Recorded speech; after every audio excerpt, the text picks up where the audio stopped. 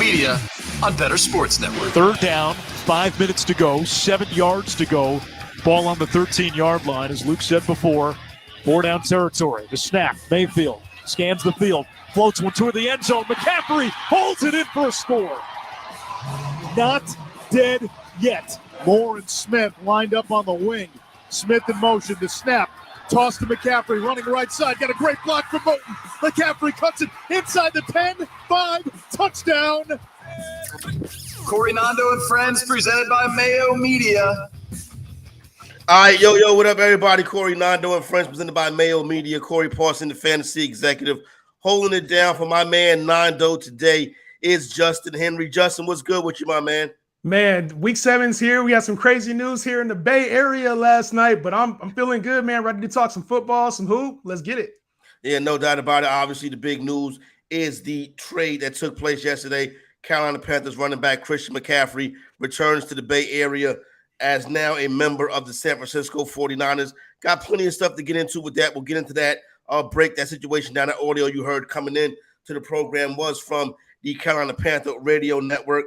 Listen, since yesterday was the sports equinox day, potato to potato, tomato, tomato, right? That means we had plenty of stuff to break down. Had some Thursday night football last night. Hop into that a little bit. Major League Baseball, you know what I'm saying? Got to talk about that, unfortunately. We had some NBA, some good games in the NBA last night, you know what I'm saying, Justin? A little action in the Sun Belt, college football-wise, you know. So, for the most part, it's October. It is what we expect. It's plenty of sports action, and I'm happy to break it all down with you on the show today. Yeah, I'm excited, man. I was watching that Thursday night game, and it was kind of boring there for a minute. We saw, Saints and Cardinals going at it, so it was good to get that extra news in there. Like you mentioned, just having all sports, man. This is the best time of the year, man. We got something going on at all times. So there's hoop, football, baseball, hockey. Let's get it. No doubt. So let's start to break this down and talk about some of the main things that took place yesterday. I see Nick Durst is in the chat. He says after the Yankees get swept, is Corey going to swap his Yankee hat for a Cowboy or a Laker hat? All right, Nick, so that's how you want to start. You know what I mean? I have you know the New York Yankees will not get swept. It's going to be a 7-game series, but that's neither here nor there. Now, with that being said, right, I am going to get into my NFL power rankings in a little bit, but I do want to kind of get a lay of the land of what's going on. You know what I'm saying, Justin? Because you had mentioned a couple things like the first time you was on the program. Yeah. So I wanted to bring them up. But I'll start with the big trade.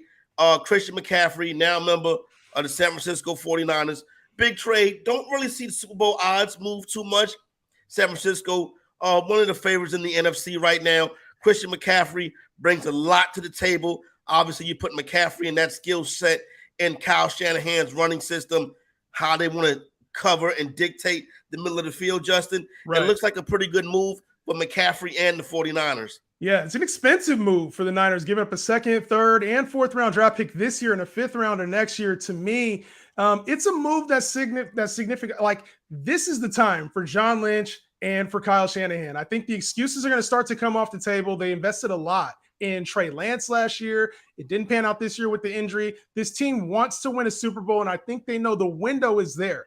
And so doing this move says, hey, our running back core is okay, but it needs to be better. Our offense needs to be more dynamic. We can't lose games like we did to the Atlanta Falcons without any support. So having guys like Deebo Samuel, Brandon Ayuk, Christian McCaffrey, George Kittle, all on the offense right now, I don't think it changes too much as far as the potential of this team, but I think it raises the floor for this 49er team now. There shouldn't be a whole lot of excuses for this offense, for Jimmy Garoppolo. The weapons are there. To me, this is a move that catapults them. It secures their spot at the top of that NFC West right now, and it makes them a top 3 threat in the NFC. All right. Well, I don't know if I had to go that far, but I do think the San Francisco 49ers make that big trade. As far as the game goes last night, Arizona Cardinals 42, Saints 34. That number moves towards the Cardinals. They successfully cover. They end their 8-game home losing streak. Big night for D-Hop in his return. Cardinals 42, Saints 34. Andy Dalton was the backup quarterback for the Dallas Cowboys a couple years ago and went terrible. It's going terrible right now with the Saints. But D-Hop, I guess, was the big story of the night. And, people talk about Kyler Murray and Cliff Kingsbury back and forth on the sideline, but both those cats got their bread. They both got the same agent. There's nothing to see there. You know, the Cardinals, man, it did look D-Hop, man. I'm first of all glad to see him back on the field, one of the best receivers in the league. To me, it was great to see him back on the field, and it seems like we knew this, but he's the key component for this Arizona Cardinals offense. It looked much more in sync yesterday. Kyler Murray didn't throw for a ton of yards, but it looked fluid throughout the game. We saw Kyler Murray yelling at Cliff Kingsbury during the game yesterday. But this Saints team, man, to me, they got a lot to worry about. There was a high expectation for the Saints team.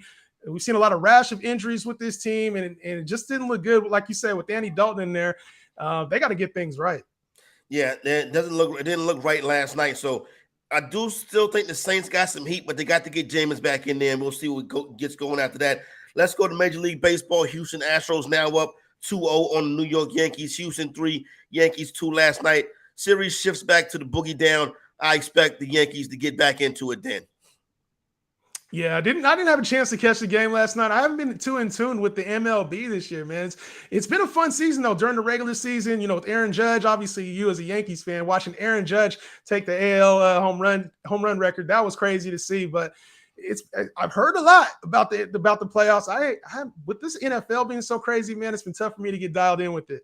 No doubt. Last night in college football, big game in the Sun Belt. Troy, as a 3-point underdog, gets a 10-6 victory over South Alabama. So that took place last night. In the NBA, Philadelphia 76ers played their second game of the year. The Milwaukee Bucks made their debut. Giannis and the crew with a 90-88 victory over the 76ers. Philadelphia now 0-2 on the year, but they have played the two best teams in the Eastern Conference in Boston and Milwaukee. James Harden with another big night last night. 31 points for James Harden as the Bear gets off to a hot start to start the season. Yeah, they got to get things figured out because they can't rely solely on Joel Embiid this year as they have in past. And I think it's good to see assertive James Harden, somebody he's trying to be that next piece. And Tyrese Maxey's played at a pretty good level as well. So I think it's good that they've played some of the top teams of the East, potential Eastern Conference Finals matchups. But we've seen this team start to take the evolution, right? You can't just go through Joel Embiid because something happens to him, that's the whole team. So I like what I saw out of the Sixers. And we saw, even though they took the L, and then we saw the Lakers too, man. We talked about Russ, bro. 0 for 11 yesterday. Yeah, right quick though. Yeah, the Bucks did hold Embiid down in the second half. He didn't score. He scored 0 in the second half. Speaking of zeros, the Clippers beat the Lakers 103-97. Right? That's fair. The Clippers are a better team than the Lakers. The Lakers have their struggles, right? Russell Westbrook, your man, right? That's your man. Because last week when you was on with me and Nando, and I was like, they got to cut him, you was like, oh, no, the shot going to cut. You was defending Russell Westbrook. This is a 0-4-11 right here. Are you still defending Russell Westbrook? I'm defending Russell Westbrook, the player, not the situation. He's not in a great situation right now with the Lakers. Wait a minute. 0-4-11 on the Lakers is a 0-4-11. 0-4-11 is a terrible game. 0-4-11 is a terrible game, but players have terrible games, and I get it. The elite players, the guys that we were talking about, the LeBrons, the young, they don't do 0 for 11. So I get that. But he also had 5 steals, and he's trying to make his impact on the defensive side of the ball. So to me, he's trying to find this role. And it's obviously we know this isn't the right pairing. Westbrook and the Lakers is not the right pairing. But I think right now what he's trying to do is identify his role coming off the bench, having to be a defensive guy. They're trying to figure it out. Nobody is the right fit for Russell Westbrook. Maybe I was the only team. You know what I was thinking of a night? Maybe the Miami Heat, you know what I'm saying? Kyle Lowry looks to be like he's washed up. Maybe Russell Westbrook can go be 0-4-11 with the Miami Heat. But then he'll probably get into a fight with Jimmy Butler because, Jimmy Butler's not going to have that. 100%. Now, he'd have to go to a team like the Magic, the Knicks, just somebody with no presence, no other big name presence. Him on the Knicks. Yeah, he wants the Knicks. He might turn that thing around because the Knicks, man, they got a whole bunch of lefties on their team and nothing else. All right, so got a big program on deck today. Like I said, going to run through the NFL board. No guests today. You are the guest. We want to take your phone calls. Want to go off some of your interaction in the chat. You know what I'm saying? So get involved. Be a part of the show today. Start Sit crew. You can throw your stuff in the chat. You can hop on here and give us a call on the app. You know what I'm saying? We got your Start Sit. Get you ready for the big fantasy weekend. So that's where we stand right now. I think we're off to a pretty good start, right? Now, before we get into the NFL stuff and run through the board, you know what I'm saying, Justin, I want to go through the fantasy executive NFL power rankings. Now, I don't really get into my power rankings until around, until we get into later on into the month of October. I want to see how everything is shaking out, injuries, who looks like this, who looks like that. So my initial power rankings just hit the press today. You know what I'm saying? These are fresh power rankings. You know what I'm saying? Here we fresh go. Off the printer, fresh out the stream, fresh power rankings, right? So I want to get some of your opinions as we go through the power rankings, if that's all right with you. I mean, 100%. Yeah, no doubt. You know what I'm saying? So my top ranked team in the NFL right now are at 1-1. And listen, I think it's agreeable that the Buffalo Bills appear to be the team to beat right now in the NFL. Big victory over the Chiefs, come from behind victory over the Ravens. Josh Allen is the MVP right now. The Buffalo Bills are my top-ranked team. There's no denying that, correct? I think you got to put them there right now. It's just the caliber of wins they've had this year. You got to put them in there. There's really only one other competitor to me, and I would still put the Bills over them right now. All right. The number 2 team in the fantasy executive too good to be true power rankings. Love it. I love it. The fantasy executive too good to be true power rankings is the Philadelphia Eagles, the best team in the NFC right now, undefeated. Jalen Hurts getting it done, running the football. The secondary is tight. They're playing good defense. I can't believe I'm saying all these nice things about the team in Philadelphia, the Eagles, but I got to be honest. I got to keep it a buck. The Philadelphia Eagles are the second best team in the NFL right now. They look legit, man. And you want to blame the schedule, how easy it is. You want to blame a lot of these things. It doesn't matter. The Eagles are playing at a high level. They're playing behind the quarterback play, offensive line play, defense is playing at a high level. Not really a lot you can say bad about these Eagles team outside of the fact that they're not proven in the playoffs. So I think the Eagles coast through this regular season. I can see maybe 2-3 losses on the year. They dominate the NFC. And then they'll have to get battle tested, a little battle tested there in the NFC. Yeah, it's going to be interesting to see what this team looks like come January once we get into the playoffs. Obviously, this team's first foray into the playoffs last year, the Tampa Bay Buccaneers took out the paddle on them. But this is a different year for Tampa and for Philadelphia. We'll see how it plays out the rest of the season. Now is when things can start to get a little bit shaken up, but I'm still going with the too good to be true power rankings. My third power ranked team, we go back to the AFC, and I'm going with guys that have been there before. Quarterback, head coach, combination, Andy Reid and Patrick Mahomes, Kansas City Chiefs, my third power-rated team in the NFL, fantasy executive, too good to be true power rankings. Corey, I wanted to come on and just disagree with everything you had to say today, but I can't right now. Your top 3 is looking immaculate. It's almost too good to be true. There you go. That's just why I put it out there like that. All right. Now, this way, like I said, I think things will start to get hairy at some point. And I'm going to stay in the AFC, and I'm going to stay in the AFC West. 100% honest with you, coming into the season, I was not the biggest Los Angeles Charger guy. Because I'm like, Mr. 4th and 10, Brandon Staley, not really my kind of head coach. And I still think Mr. 4th and 10 at some point is going to end up costing his team. But right now, Los Angeles Chargers, fantasy executive, too good to be true power rankings, team number 4. Yeah, I'm not sold on this Chargers team. And they've had some questionable victories, but they're victories. And at the end of the day, that's what matters in the NFL, getting wins. So we've seen Brandon Staley up to some of his old tricks. This team's been pretty injured too. So they're doing this without their number 1 receiver in Keenan Allen. They've had Justin Herbert still dealing with the rib injury, still pulling out wins. I want to see him up against some of this more elite competition. We saw him lose to the Chiefs. I want to see them play some tougher opponents because I think there's a couple other teams out there I'd rather have than the Chargers. I'm sure you're going to get into them. Interesting right there. Okay. Now, let's keep it in the AFC again for team number 5. Coming into the season, everybody wrote off the Tennessee Titans.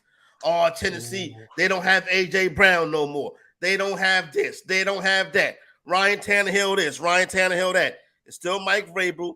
It's still King Henry. It's still situational football. The Indianapolis Colts, Matt Ryan, it's not happening. It ain't it. Tennessee Titans, power rank 5th by the fantasy executive. Now, this This is where I got it. There's no way in hell the Tennessee Titans should be 5th in your power rankings. Not with some of these other teams in the NFC. You got 4 teams in the AFC in your power rankings ahead of guys. Yeah. The New York Football Giants haven't earned that. Tennessee was on a bye, and the Football Giants haven't earned that, sitting at 5-1. Are you kidding me? Tennessee Titans is a better football team than the New York Giants. I've seen the Tennessee Titans do it in the past. I'm pretty sure they can do it again. They got a big matchup this weekend versus the Indianapolis Colts. Okay, but I can see my ranking on the Titans being just a tad bit aggressive, so I can agree with you on that. Power rank team number 6 in the Fantasy Executive Too Good to Be True power rankings, right? We go to the DFW. We go to America. Dak Prescott gets hurt. Oh, my God. Jerry brings the team in, huddles up the brain trust, and say, listen, Kellen Moore, let's stop trying to coach to get a job and coach to win the game. Mike McCarthy, you're the head coach. Take it over. Get everybody in line. You're Cooper Rush. You come in here. Tony Pollard, Zeke Elliott, Micah Parsons, offensive line, head coaching. You know what I'm saying? The Dallas Cowboys, America's team, power rank number 6, the second NFC team to join the program. Are these without bias? Or is this course, ranking without bias? I'm a journalist. I'm a journalist. How do you mean bias? I'm a journalist. There's no way you put the Dallas Cowboys at number 6 ahead of the Football Giants. Are you kidding? There's no way. Beat the Giants. I'm sick to my stomach hearing these rankings right now. It's starting the to get Cowboys beat the Giants pretty handily, too. The Giants beat the like Tennessee they always Titans. do. This ain't equating right now, Corey. It's not equating right now. The Cowboys, they'll be good with Dak. And the Dallas defense is playing at a very high level. But to me, to put them, second in the NFC right now ahead of the Vikings? Second in the NFC. The Vikings have even been playing at a very high level. The Minnesota Vikings, are you serious? Kirk Cousins, throw interception in the red zone, Minnesota Vikings. How many L's they got? They only have 1 L. Let me get to the next team. Team number 7 in the Fantasy Executive Too Good to Be True top 10 It was too good to be true. The Baltimore Ravens. Lamar Jackson, been there. Harbaugh, been there. The back end of the defense is a problem, but we think it can get better in Baltimore. Team number 8 is the Minnesota Vikings, right? Okay. Team number 8, the Minnesota Vikings. That's that. They're there. I don't trust Minnesota yet, but you can't knock the record. Team number 9, then you have your New York Giants as team number 9. New York Giants, 5-1, doing a good job of facing and taking on who's on the schedule. And then team number 10, the San Francisco 49ers are team number 10. This is too low, man. Why is it too low? It's too low. Wait, Trey Lance, what are you talking about? How's it too low?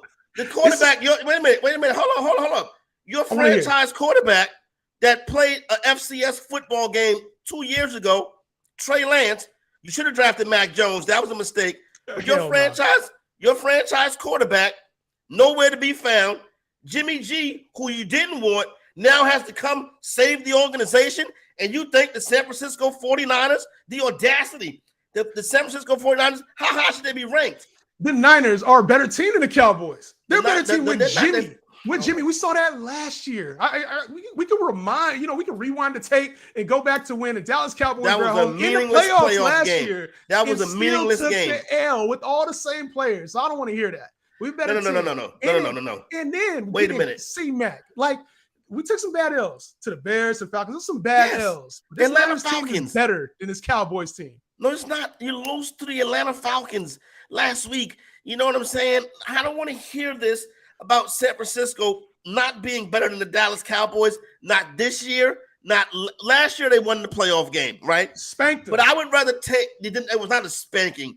Dak would have tied the game up if the referee kicked the ball. The referee kicked the ball. It should have been a time. It should have been a stoppage of the clock right there. Dak ties that game up. Dallas goes into overtime and wins the game. San Francisco goes back to the Bay Area to get little fella Trey Lance ready for the upcoming season. How's the team quarterback? Wait a minute now. The quarterback that you had off on the sideline is in the game now. Your version of Cooper Rush is in the game now. What are you talking about? Jersey. He's going to come back. The Trey Lance is going to come back. He ain't played since 2019. What are you talking about, Trey Lance? Hey, we've been in the NFC Championship. We've been in the Super Bowl with Jimmy G. I'm not worried about this team. The Cowboys, you put them over the Niners, and I'm trying to think. The Cowboys, I can't remember, physically remember the last time the Cowboys were in the Super Bowl. I'm 36, and I can't physically remember the last time the Dallas Cowboys were in a Super Bowl. I was in fifth grade eating lunch. Right, so Dez caught it. They're supposed to be in the Super Bowl that year. They'd won the chip when the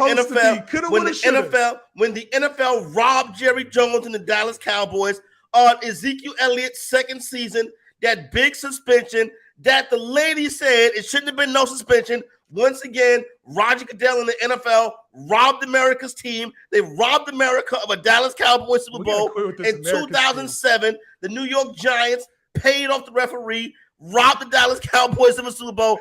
I don't want to hear you act like the Niners been winning championships. They haven't. Hey, How you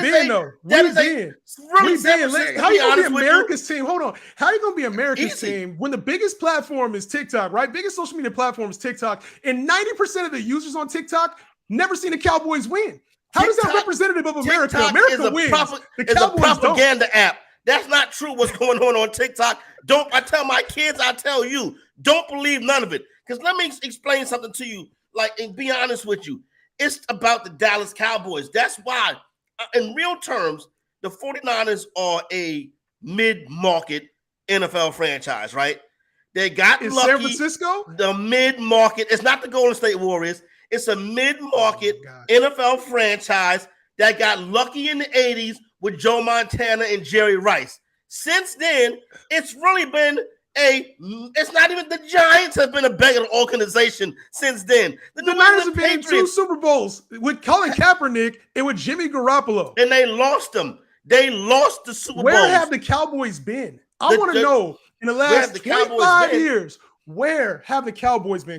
In the last 25 years, the Dallas Cowboys have more wins than 75% of the NFL. Now, those wins have not happened to come in the postseason, mainly because of the Roger Goodell and the conspiracy against the Dallas Cowboys. So what about Tony Romo when he's trying to hold the rock and it just slips through his hands? Was that the refs too? The K-ball? Let me guess, we blaming the refs on that one? The K-ball, you mean that year? The K-ball? We waiting for one last play. I get it. Dak, he reached over, he was in.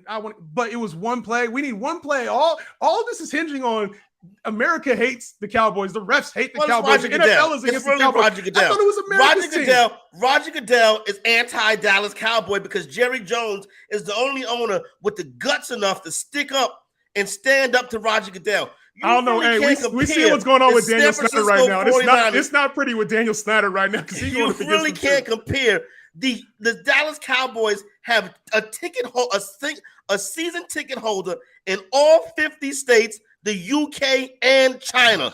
That is the top of the sports world. Let's not get it twisted. Yes, a nice little football team on the Bay Area. Correct. Anything, the China Light to the big bad Dallas Cowboys, you are off your rocker, young man. Everybody who's watching the Cowboys in the 70s, they're the ones buying the tickets. All the dudes back then. So you see Jerry Jones in the stands in the box. That's who's watching them. Meanwhile, we got a nice fresh stadium as well. And I've been to that. You see some of the merch back there. I went to the first game ever there at Levi's Stadium. So it's not AT&T Stadium. How you going to compare Levi's to AT&T? America's telecommunications giants to mom to dad jeans. You know what I'm saying? That might be the only thing versus the telecommunications giants. Thing that the Cowboys have on the Niners right now is a stadium. I'll give you that one. The Bay Area, how can you compare the Bay Area, mid-market Bay Area, to America's team in Big Bad Dallas, AT&T Stadium?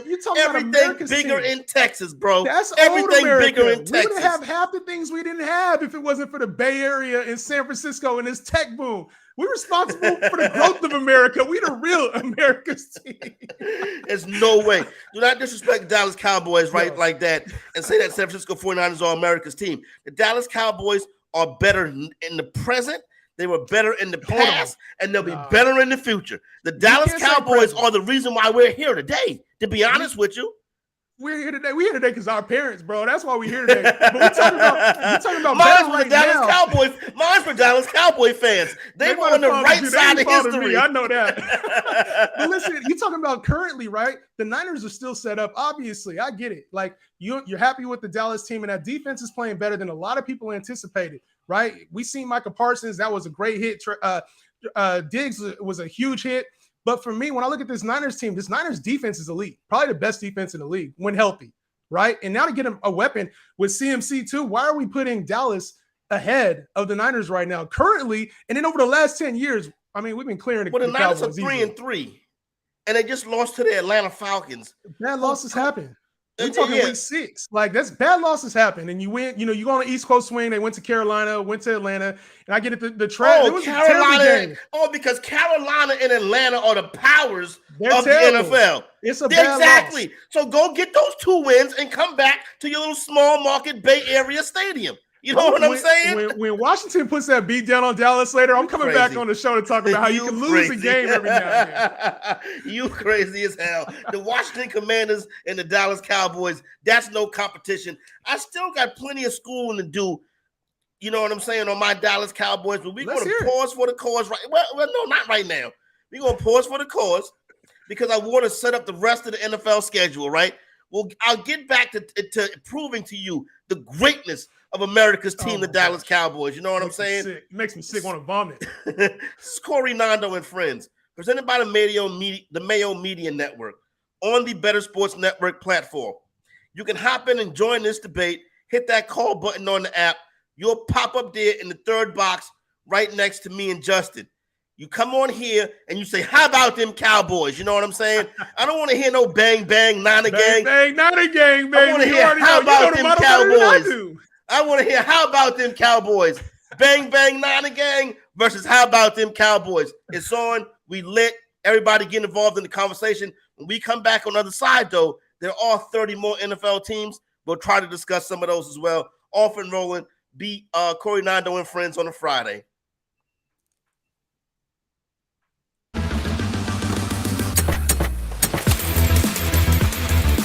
I'm Pat Mayo of the Mayo Media Network and the Pat Mayo Experience audio podcast. 2 things which you should subscribe to. I'm also the presenting sponsor of Bettor Sports Network's 3 to 5 p.m. Eastern weekday live block. So you should always tune into that. But what I want to talk about today is daily fantasy strategy and how you can leverage tools in order to both win, but understand what other people are doing, because creating leverage in daily fantasy is about the number one thing you can do if you want to get to the top of the leaderboard. So I'm going to walk through some of the tools that we have at runthesims.com in order to help guide you beyond what the tools actually provide, considering it's a lineup builder, it's an optimizer, it has projections. There's all of that stuff at Run the Sims, but it can also tell us a little bit of a different story. So right now, runthesims.com is already up there. It has NASCAR, it has F1, UFC coming soon, but NFL is the bread and butter of everything. And you're going to get your prop tool. If you want your prop tool, you're also going to get your simulator. And right now, you see it's $2.99 for the package, but because our friends at BSN are so smart, you can go to runthesims.com/BSN, get yourself 10% off, and you're going to want this. You can see all of the myriad tools that Run the Sims provides, but we're going to go to the classic optimizer. And we're going to show you how you can create leverage in your lineup without doing anything. We're going to make it the main slate of games because, I mean, if you want to run projections for every game, you can use the entire full slate of everything. And you can pick whatever operator that you want. Well, for this example, we use DraftKings. So all the stock projections are in there. You can play around with them any way you want, game by game, player by player. But if you generate lineups and you're someone who plays both tournaments and cash games, this is important because the optimal lineups will show you who the most common players are going to be in double ups, 50-50s, and head-to-heads, and what those lineups are going to look like. Because optimal lineups are all going to be very similar. So Jalen Hurts or Daniel Jones at quarterback. You're going to have a lot of Antonio Gibson, Jonathan Taylor, Alvin Kamara, and Travis Etienne. And I'm not saying don't play these guys, but all you really need to do is pick a pivot point somewhere, and all of a sudden you can make your team especially different, especially in higher stakes in single entry double ups and cash games if you really want to go that way. So even when we go look at our player groups and our player pool, when we generate the lineups that we want, you most definitely saw that you're going to have your Jalen Hurts, Daniel Jones lineups. All you really need to do is get a little bit different, come up with a stack in a little bit of a different way, and you see Commanders defense keeps getting spat out. That's going to be the optimal one for week 1. So all you need to do is just go a different way, and all of a sudden you've created a leverage on your opponents, and your 3v3 just needs to win that 3v3, and all of a sudden you're printing money. runthesims.com/BSN for 10% off. I'm Pat Mayo.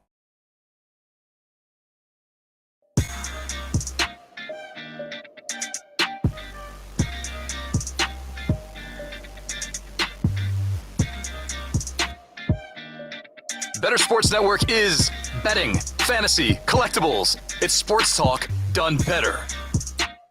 Yo, what up? Happy Friday, everybody. Your boy Corey Parson, the fantasy executive. My man Justin Henry holding it down for Nando. Corey Nando and friends, the Mayo Media presentation right here on Bettor Sports Network. NBA talk coming up in the next hour. Plenty of stuff to get into. It's a Friday. Having a good time. Justin, despite you being a San Francisco 49er supporter, you're off to a good start. You know what I'm saying? Appreciate that. Yeah, try to just get in with all the knowledge, man. I'm just a sports fan at the end of the day. You know, whether we Cowboys fans, Niners fans, at the end of the day, that's irrelevant, man. It's passionate sports fans, and we love the game. So I played growing up, and you know, my son plays right now, and it's for me just having the knowledge and being able to share my experiences with you guys. That's what it's all about, man. Yeah. What did you play? Hoop. I was a basketball player growing up. So I was a basketball player growing up through high school, and I played guard. So I was a big guard. I'm 6'4", so I was a big point guard. So I always like players like Ben Simmons, LeBron, big facilitators. That's how I was. Luka, exactly. Yeah. Exactly. Trey Lance? No. Trey Lance, hey, he'll be him. Why? I know everybody's down. No, he's not him. Trey Lance is not him. Trust me. He's young. He's not him. We haven't seen when is he going to play? The last time he was on the football field. How are you going to downgrade Trey Lance when he's hurt? 2019 for South Dakota State. Come on, are you serious right now? Dallas Trey Cowboys Lance, quarterback is Dak Prescott. He played at a real college. Mississippi State. He did play at a real college. You know what? And we've seen guys from North Dakota State come in the league and at least play decent. So play decent. Please don't say. I ain't gonna say it. Because I don't want to get on that topic for another 5 minutes. But Trey Lance has the ability, man. So as long as they brought in the weapons, right?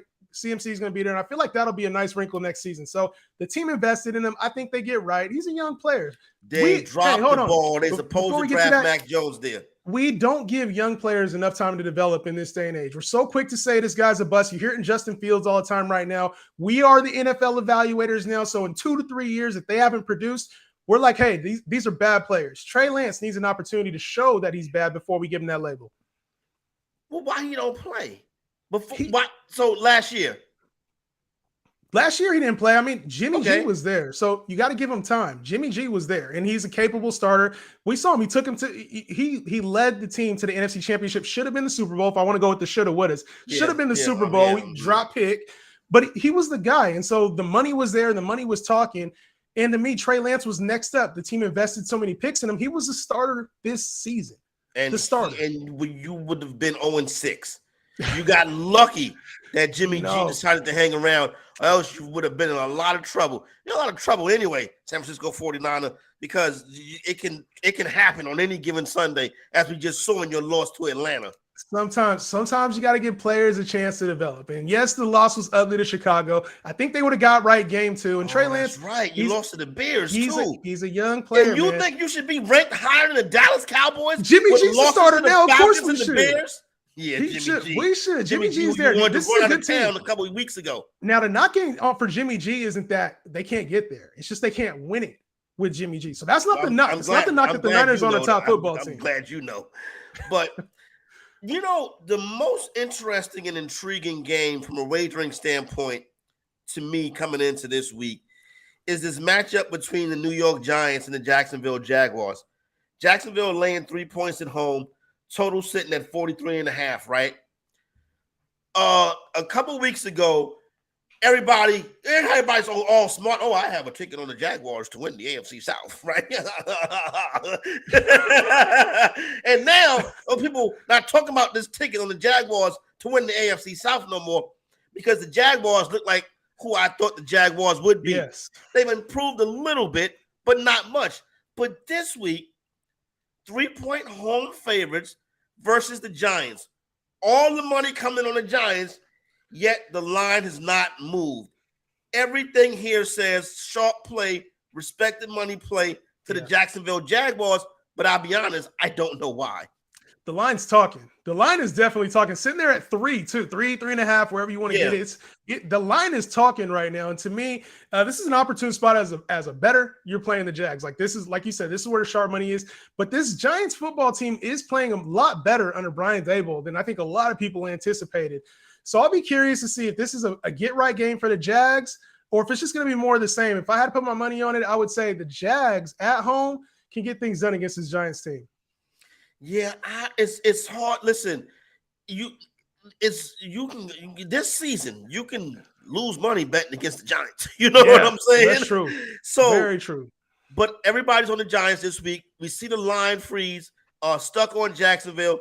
This line is not going to go to 2.5. It's probably got a better chance to go to 3.5 than it does at 2.5. And I'm trying to figure out why. And I think Saquon Barkley could be a little bit banged up. Yes, he's banged up, and the firepower just isn't there for this Giants team. And so when we talk about Jacksonville, the one thing they've been able to do is they played to their competition, it feels like. They got blown out against the Eagles, but for the most part, this Jacksonville team is like just played to their competition and been in tight games, and the Giants themselves have been in a lot of tight games as well. So I think when you give the edge to the home team in a match that seems pretty even on paper, one team playing above where they probably should, I think Jacksonville is playing a little bit lower than they should be playing right now. But I think we see Trevor Lawrence get right, another young quarterback who's struggling a little bit this season. Yeah, but he's better than Trey Lance. He ain't better than Trey Lance. I mean, I know. Listen, I got the jersey sunshine, on. The Clemson star. I got the jersey on. The Clemson star. I know Trey Lance ain't Jeff Garcia, Steve Young, Joe Montana. He ain't all those guys. You know what I'm saying? But Trey Lance will be. You got to give him a chance. Has Peyton Manning potential. He has that kind of potential. He's not a FCS quarterback that wore the same uniform as Norfolk State. Like, come on now. So I like Trevor Lawrence, and I do, and I think he's in a great situation there in Jacksonville. It's just that young quarterback thing, and like I said, Trevor Lawrence has played a year and a half now, and we gave Trey Lance 5 games or whatever it was. Like, we gotta give players a chance. We saw Peyton Manning when he first came in the league. He was terrible. He was good. He showed elements. And I think we see the same thing out of Trevor Lawrence, a lot of inconsistency. I do agree that Trevor Lawrence will be a premier quarterback at some point. It just ain't going to be this season. And Dak Prescott's rookie season, he went 14-2 and won the Rookie of the Year Nobody award. expected nothing out of Dak Prescott coming 4th round. Like, nobody was expecting anything out of him. That's the difference. It's the expectations. The guy you drafted 3rd, I wouldn't expect much out of him. Trey's coming. Watch. I think he's going to prove a lot of people wrong, and we got to wait till next season to see him fully healthy, make sure he rehabs the way he's supposed to and gets back on the field. That's first and foremost for a guy like Trey Lance. But I'm a believer. I got this jersey. I didn't go get this jersey. I only have a few jerseys. Did you find that on the clearance rack? That Trey Lance jersey? Was that on the clearance rack? I paid premium for this jersey. Well, I went to go pay the extra tag for the Trey Lance, and I got Frank Gore jersey. I got Patrick Willis. I wish I had I gave my son a Jerry Rice jersey. You know the players you just named, they don't have championship rings. Frank Gore don't have one. Patrick Willis don't have one. You know what I'm saying? You want to talk about should-haves. That 2013 Niners team for sure should have, or 2012 team should have had a Super Bowl. For sure should have been a Super Bowl. Which one was this? The team with Alex Smith and the Giants who dropped the football. That was the best defense in the league that year. Frank Gore was playing at elite level. We had no wide receivers against the Giants. How'd that season end for the 49ers? Kyle Williams, man. I don't want to talk about it. I don't want to talk about Kyle Williams. Same way you don't want to talk about Tony Romo in 05, whatever it was. Oh, yeah, that's right. That's Kyle Williams, the White Sox GM son with the fumble. Yeah, I know a couple of 49er fans. That one stings right there. That one hurts, but yeah, well, get used to it. There's more coming this year. At least I'll have some hurt. The Cowboys might be a first-round exit if they're lucky. Oh, here's this one right here, my man. And Getting the Game says in the chat, Hey, guys, let the fans settle this debate.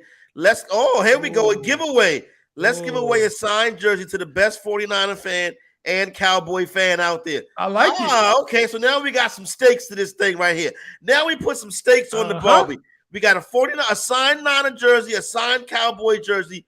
Hit that call-in button. Let your fandom show. You know what I'm saying? Hey, nobody's calling. I know nobody calling in for that Cowboys jersey. Well, everybody gonna be calling in for that Niners jersey. This history. Why would somebody look at that color scheme of the 49ers? What players? The Dallas Cowboys, the white, the blue, the colors, the royalty, the royalty of the Dallas Cowboys jersey, the royalty of the star on the helmet, the star on the 50-yard line. Everything is bigger in Texas. That's what football is all about. Who wants that 49er jersey? Never. From a previous life. You go into a Cowboy jersey from the previous life. There's nothing in the last 10 years outside of CeeDee Lamb and Dak. The jerseys they already have. Hey, nobody wants any jersey from there. Oh, Michael Parsons, the best player in the league. Maybe Michael Parsons, you know what I'm saying? The best player in the league. The white and blue, the royalty that comes along with being a Dallas Cowboy fan. You know, I'm surprised at you. I would think that you would be a Dallas Cowboy fan. You know what I'm saying? No, I ain't no front runner. Man. I can't be a front runner in my life. You know what I'm saying? I see the Cowboys. But you're rooting for the team that got Joe Montana, but you're not a front runner. Nah, I ain't a front runner. I'm from North Cal. That's my squad. And you like the Lakers too. Okay, it's my squad, bro. I'm from North Cal. I rep all Cali teams. I don't got mixed bags in there. I don't know who your hoop team is, but if it's Chicago, I'm calling you out, Chicago. No, I know root for the Chicago Bulls. Last time the Cowboys are good, we were talking about your notorious PEE story where you was hiding behind. The Cowboys are good now. You hiding behind my power rankings. You said the Cowboys are where your power rankings? Because you got them number 6 in your power rankings right now, right? Yeah. And then that's number 6 with an arrow moving up. You know what I'm saying? Right behind my 5th ranked team. Let's talk about this right now. Coming into the season, we knew it was going to be intriguing matchups every week in the AFC this year. And we got a big one in the AFC South this week. Tennessee Titans, Indianapolis Colts. This game is being played in Tennessee. The Titans dominate the Colts. They do. 2.5 sitting right here. To me, this is the easiest money on the board this week. Later 2.5 with the Titans. I think the Titans are like the opposite of the Colts. The Colts are helter-skelter. The Titans are well coached. They do the right thing. Situational football. The Colts going to miss kicks, offsides, turn the ball over. The Titans not going to do none of that stuff. You know, at the end of the day, the Colts have been turning things around, much more so than I thought after the first 3 games. I was very concerned about this Colts team. And coming off of a bye, the Tennessee Titans surprised a lot of people, right? Like you mentioned, we were ready to put the Jaguars ahead of the Titans, the Colts ahead of the Titans. And they've been doing their thing. So I really can't hate on this team. Coming off the bye, I do like the Titans to at least to take care of business. But JT is coming back. Yeah. He's expected back this week. They're starting to get full strength. Michael Pittman's been playing at a high level. They got back the receiver, Alec Pierce, coming back from a concussion. He's playing at a high level. I'm not counting out this Colts team. This is more of a stay away, in my opinion. Division foes.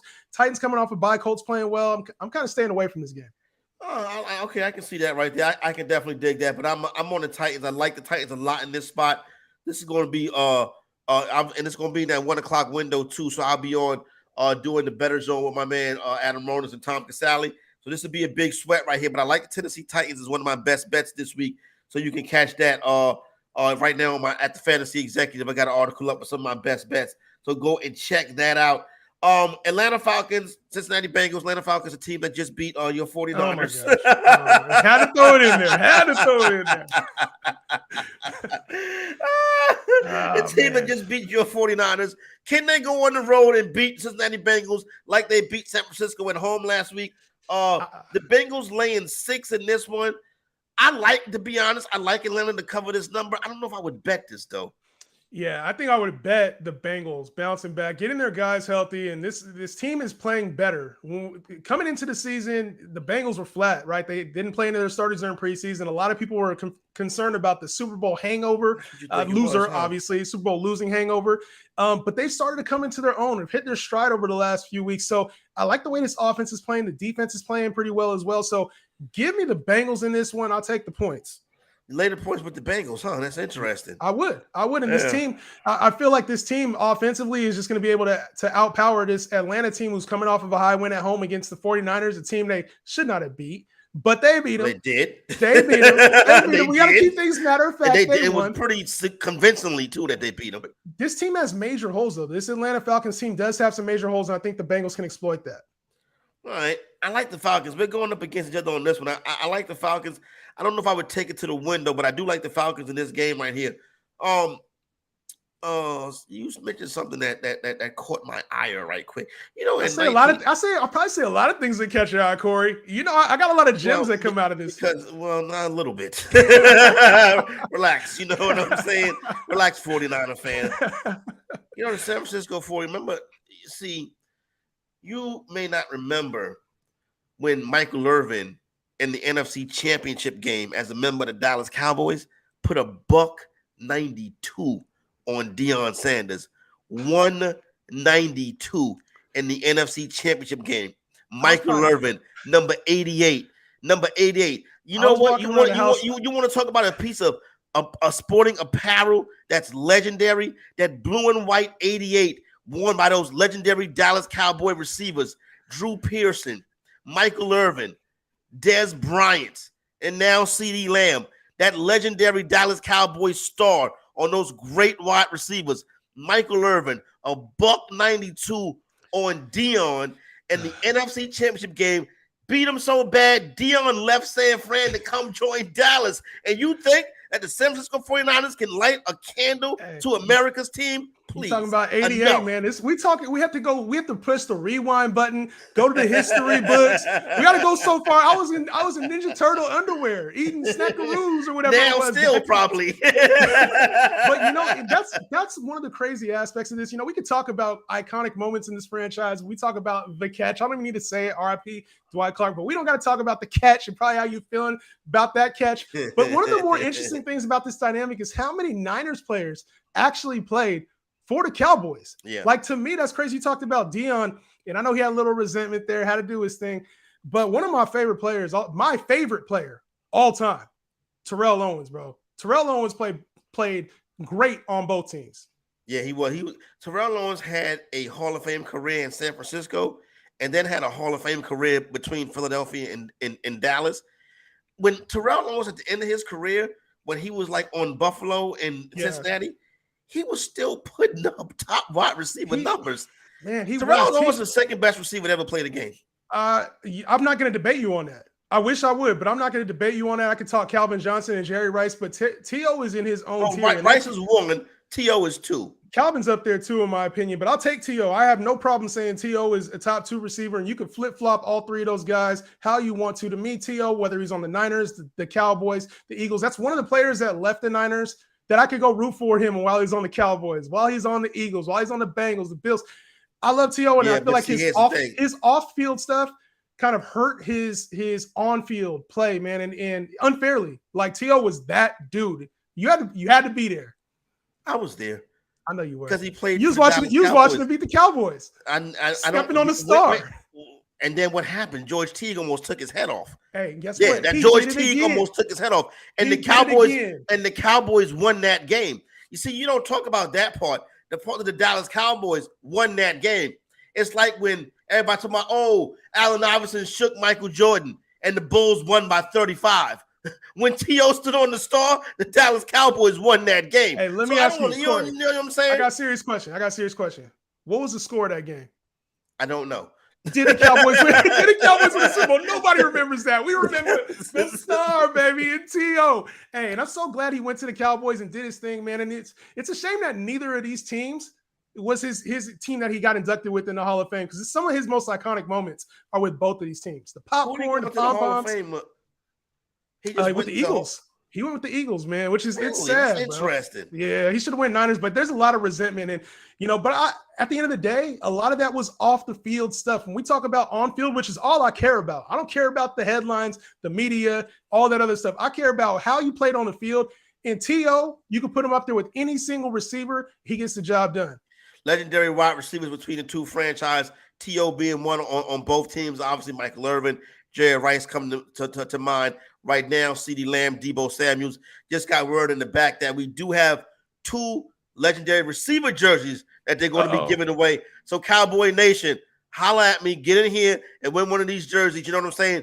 I'm holding it down for my Cowboys against the hated rivals, San Francisco 49ers. The small market, Oh my San gosh. Francisco, San Francisco 49ers versus big bad Texas. You know what I'm saying? This used to be a rivalry. I used to be able to say, you know what, Niners Cowboys was a rivalry, but it's not. The Cowboys ain't been winning the games. Cowboys Dallas ain't been was winning the games. Wait a minute. In the 90s, the Cowboys was winning those games. They won the NFC Championship. The Niners Alvin dominated. Harper walked them off. In the 90s, that Alvin Harper walked them off. Boys to men sent the Cowboys to the Super Bowl. Those NFC Championship games in the 90s was won by the Dallas Cowboys, not the 49ers. You got to go back to the catch when a little fantasy executive was sitting there rooting on the Dallas Cowboys. Crying his tears out.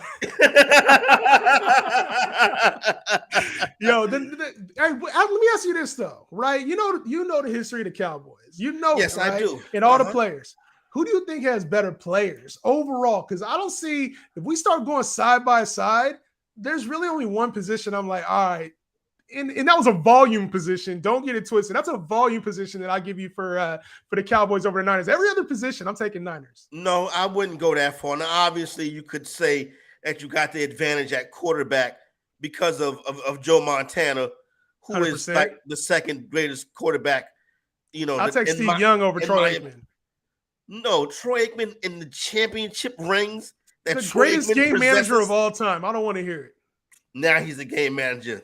He's a game manager. Now he's a game manager with 3 He's in the Super Bowl Hall of Fame with so many less yards. I don't even know what the number is, but it's because the greatest running back to ever play was in the backfield. Exactly. And Emmitt Smith, exactly. the best. That's all that matters. The best. That's the best. That's like all they better needed. It was the O-line. It was better the than Walter Payton. More rushing yards than Walter Payton. You said more rushing. He had 100 more carries. What you expect? More rushing yards than Walter Payton. More rushing yards than Jim Brown. More rushing yards than Barry Sanders. He had the greatest football player ever. Else. Emmitt Smith is the greatest football player ever. The best. You did not say that. Ever. You did not say that. Hey, you didn't say that. The numbers don't lie. You the numbers don't lie. The ratings only. You can sit up there and tell me that the 49ers are a big market team, but the truth of the matter is, Emmitt Smith, you look in the record book. Number 1, Emmitt Smith. Hey, if I put Frank Gore behind that offensive line, he would have broke the record. It didn't matter. Roger Craig, you could have put any of the Niners behind that O-line, and he would have did the same thing. Longevity, I'll give him that. He played for 14, 15 years, I want to say. But he had so many more carries. The heart of a champion. Than X-backs. He had Barry the heart behind of a that champion. He had the Barry Sanders quit on the Detroit Lions. He quit. Emmitt Smith, he hung in there, and he won championships. A lot of respect for Emmitt Smith and his craft. One of the long-term gamers, and he was efficient, effective in what he did. Played, even on the Cardinals. He was doing, even later in his career, he was still performing at a high level. So I can't really knock Emmitt. We know it was the O-line, though, but I can't knock Emmitt. He's one of the best running backs ever. He wasn't a good broadcaster, though. He tried to do the broadcast thing, and it did not work out. It ain't for you. Sometimes you got to stick to what you know. And he knew running the football, not talking on camera. Oh, here's another hint about the jerseys. The numbers are 80 and 82. Interesting. I can think of an 80 running down the field in San Francisco in Candlestick Park. I can think of an 80 and an 82. Both. We got a plethora of talent on this Niners team. Hey, Cowboy fans, get in here and win this jersey, Cowboy fans, and let this dude know that the Dallas Cowboys are America's team so we can continue running the board. I've lost track of the time sitting up here arguing with you this foolishness about the Dallas Cowboys. You know what I'm saying? Yeah, it's a good talk though, man. And you see, like I got a bunch of Niners stuff collectible, like I was talking about. The very first game at Levi Stadium, went to that Y'all game. lose? Yeah, no, that was a win. You can't lose the first game at Levi Stadium. I also have a brick. Lost the first game at AT&T. Oh, man, that's just the Cowboys. I wouldn't expect anything less. All right, so that's not the house that Eli built. Relax. Wait a minute, 49er fan, you lose to the Giants a lot. Hey, in big moments. You know what? I've been to Candlestick, man, and he took us out of Candlestick, man. We had to go to Levi after that, man. There's some bad losses in Candlestick, but fun fact before we do what we got to do, I actually played on Candlestick Field the last game ever played there. Flag football tournament was the last game they removed the field the very next day. I swear. Wow. Played tight end, catch touchdowns in the championship game, baby. That's what I do. No, that's not what you do. That's not what I do, you right? No, I'm in front of the camera now. No, exactly. You not catch touchdowns. You talk about football on the Better Sports Network. You know what I'm saying? With that being said, hey, Dallas Cowboy fans, Dallas Cowboy fans, let's get in here and school my man. You know what I'm saying? Nah, but let's take a break. Head out to a break. Cowboy Nation, stand up. You know what I'm saying? How about them Cowboys versus the Niner gang? Gang, baby. We still got some games I want to get into, right? I still want to talk about this situation with a couple of teams that are looking to rebound this week. The Baltimore Ravens, the Tampa Bay Buccaneers, and the Green Bay Packers. We'll break it down when we come back right here on Corey Nando and Friends on the Better Sports Network. Better Sports Network. It's sports talk done better. It's Moose and Keith with Mark Malusis and Keith Irizarry. Moose and Keith with you. Let's welcome aboard right now, Iron Eagle. One of the great stories that I have from doing notes on a plane, and you always get people looking over. They see color-coded uniform numbers, names, height, weight, age, background, hometown. And I had a woman sitting next to me on a flight, and I'm doing my notes, and she's kind of giving a look, then looking. And I can tell she's looking. And then finally, she'll say, so what is it that you do? Well, what do you think I do? She said, are you a wedding planner? I said, yes. I said, I have to put Rob Gronkowski at Tom Brady's table. I said, you know what? You're not correct, but it's the best answer I've ever heard. That's great. Corey Nando and Friends, presented by Mayo Media. As far as fantasy executive, it's going to be a football life. The fantasy executive is probably going to be the best football life ever. And we'll be the guest, everyone who was on yesterday, basically. Yeah, everybody that's on yesterday will be the guest. Scott Ingram, you know what I'm saying? Adam Ronan. Yeah, everybody, those people. Because what Nando, obviously you'll be there. You know what I'm saying? We'll go to the GST and shoot some scenes. You know what I'm saying? That'd be nice. We'll shoot some scenes in Midtown Manhattan. Antonio Brown can be on my football life, That'd right? be nice. Because that's a big part of my come up as a fantasy analyst. Everybody, the football life, the fantasy executive is going to be for the people. When they do the football life on the fantasy executive, I'm going to be hands on. Good. Yeah. You talking to you.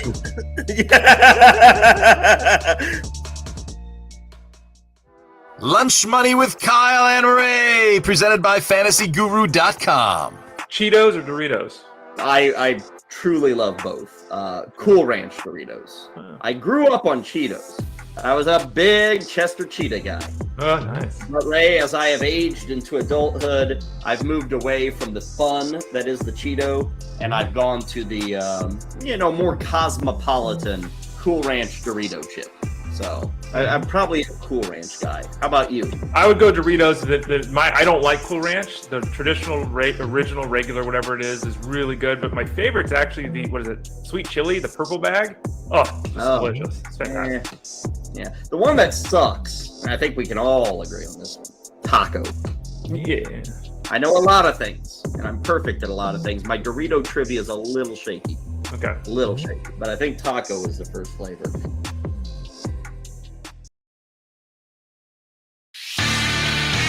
Third and 3. The right side, possibly. Montana looking, throwing in the end zone.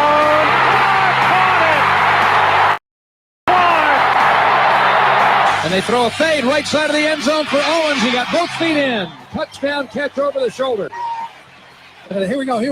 Oh, they're going to have a big fight. There goes Owens. Here we go. And George Teague levels it. Here it goes. And now Teague is aimed at by an offensive lineman. Flozell Adams pulls Teague away. And Owens is waved to the bench. And he stands in the middle of the star and holds the ball out. Run with Smith. Good call here. That's the better call. Darrell Johnston with a good block in front. Smith with the touchdown. You did one hell of a job, and the only thing else I got to say, how about them Cowboys? Call, chat, Enter contests in real time. It's Sports Talk 3.0 with Bettor Sports Network. Dallas Cowboys, San Francisco 49ers. The rivalry continues right here today.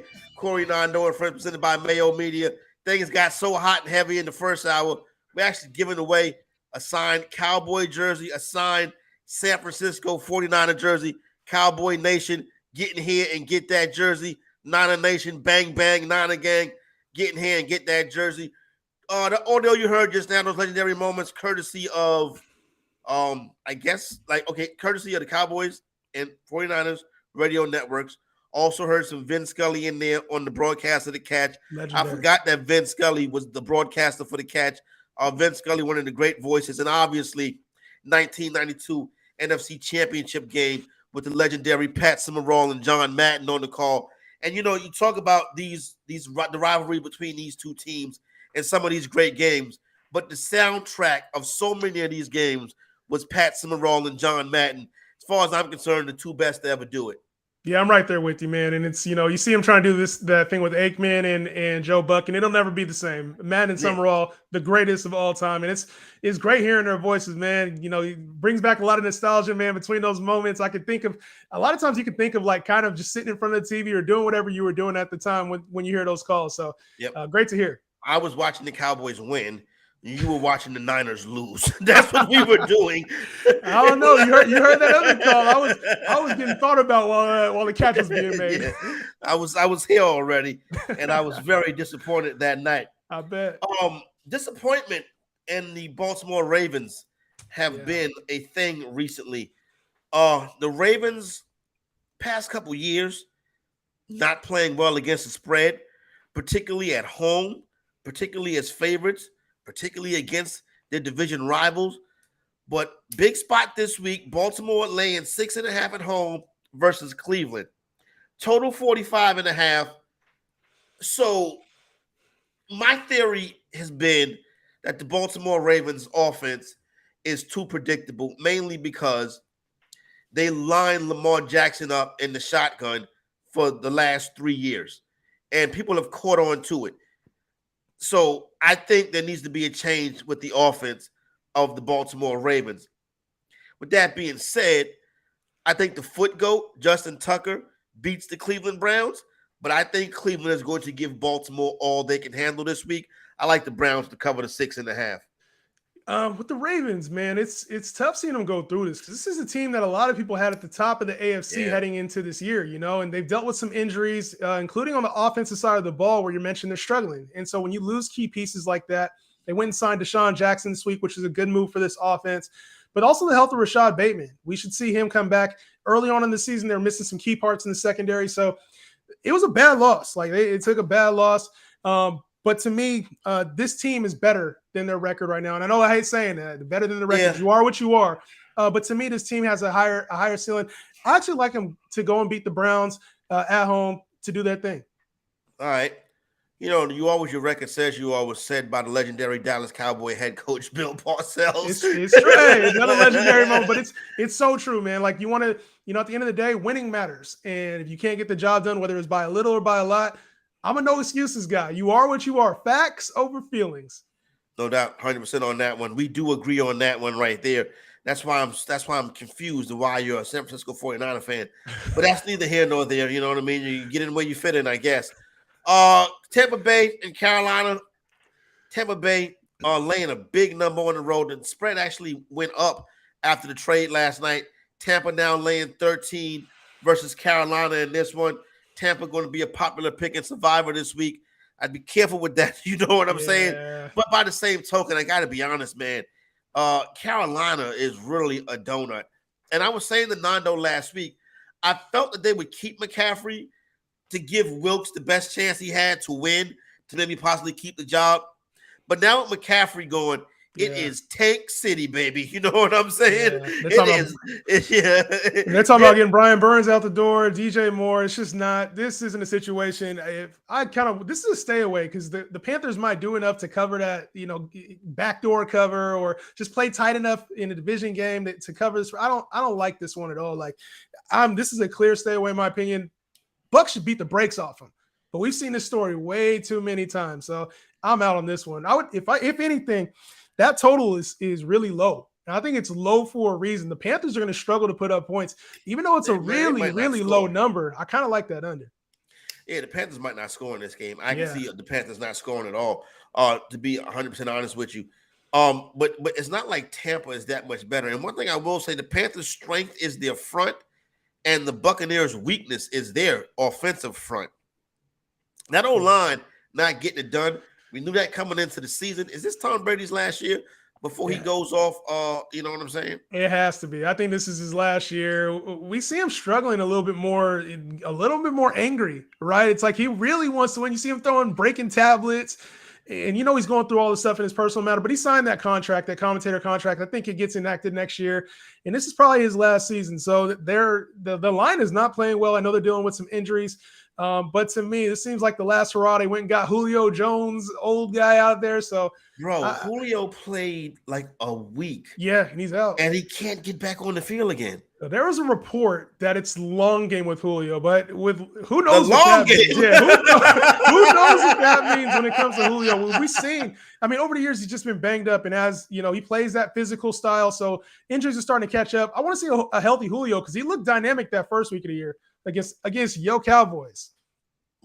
And relax, okay. Oh boy. Here we go right quick. This is the drop in right here. The Niners Cowboys giveaway is live on social. You can go over to the Bettor Network. You want to get that Dallas Cowboy jersey? You want to ride with How About Them Cowboys? The hashtag is Corey's Cowboys. You are part of the 49er crew. Bang, bang, Niner game. Yes, sir. Hashtag Henry's 49ers for the San Francisco 49ers. Hey. I'll update that again.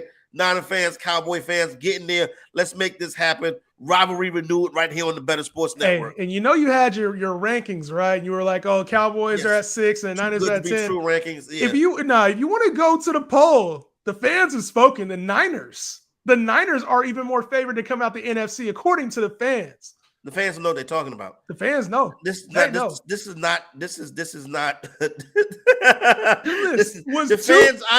I here to dictate to the fans. I don't let the fans dictate to me. I dictate to the fans.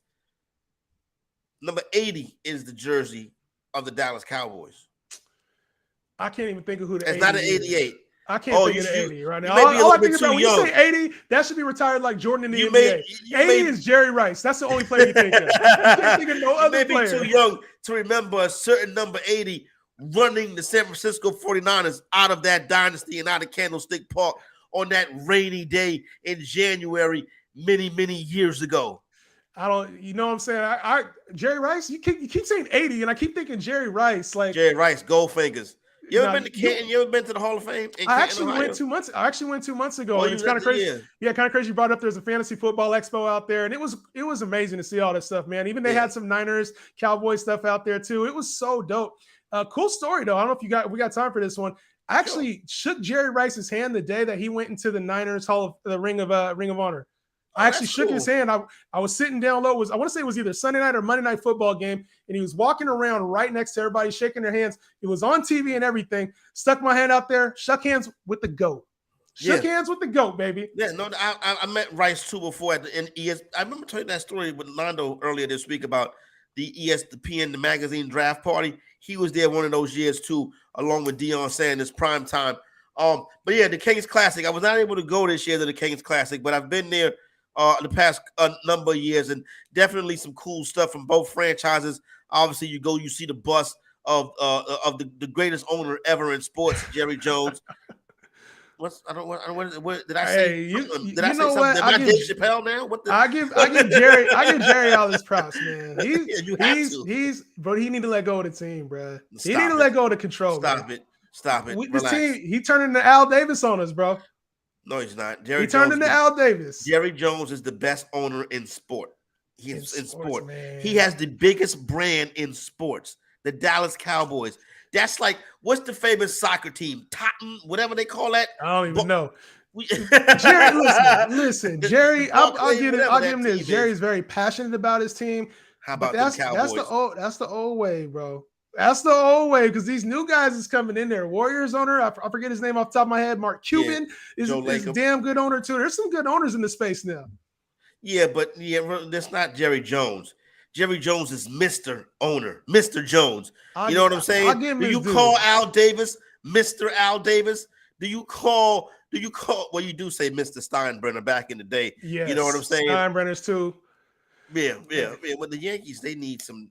I don't know. I don't want to discuss the Yankees right now. We can't because we already talked about enough front running stuff. So I don't want to talk about the Yankees. Right? I don't want to talk about the Yankees right now. You calling me a front runner when your favorite player growing up was Joe Montana? But I'm the front runner. You know what I'm saying? T.O. was my favorite player growing up. We got to get that right.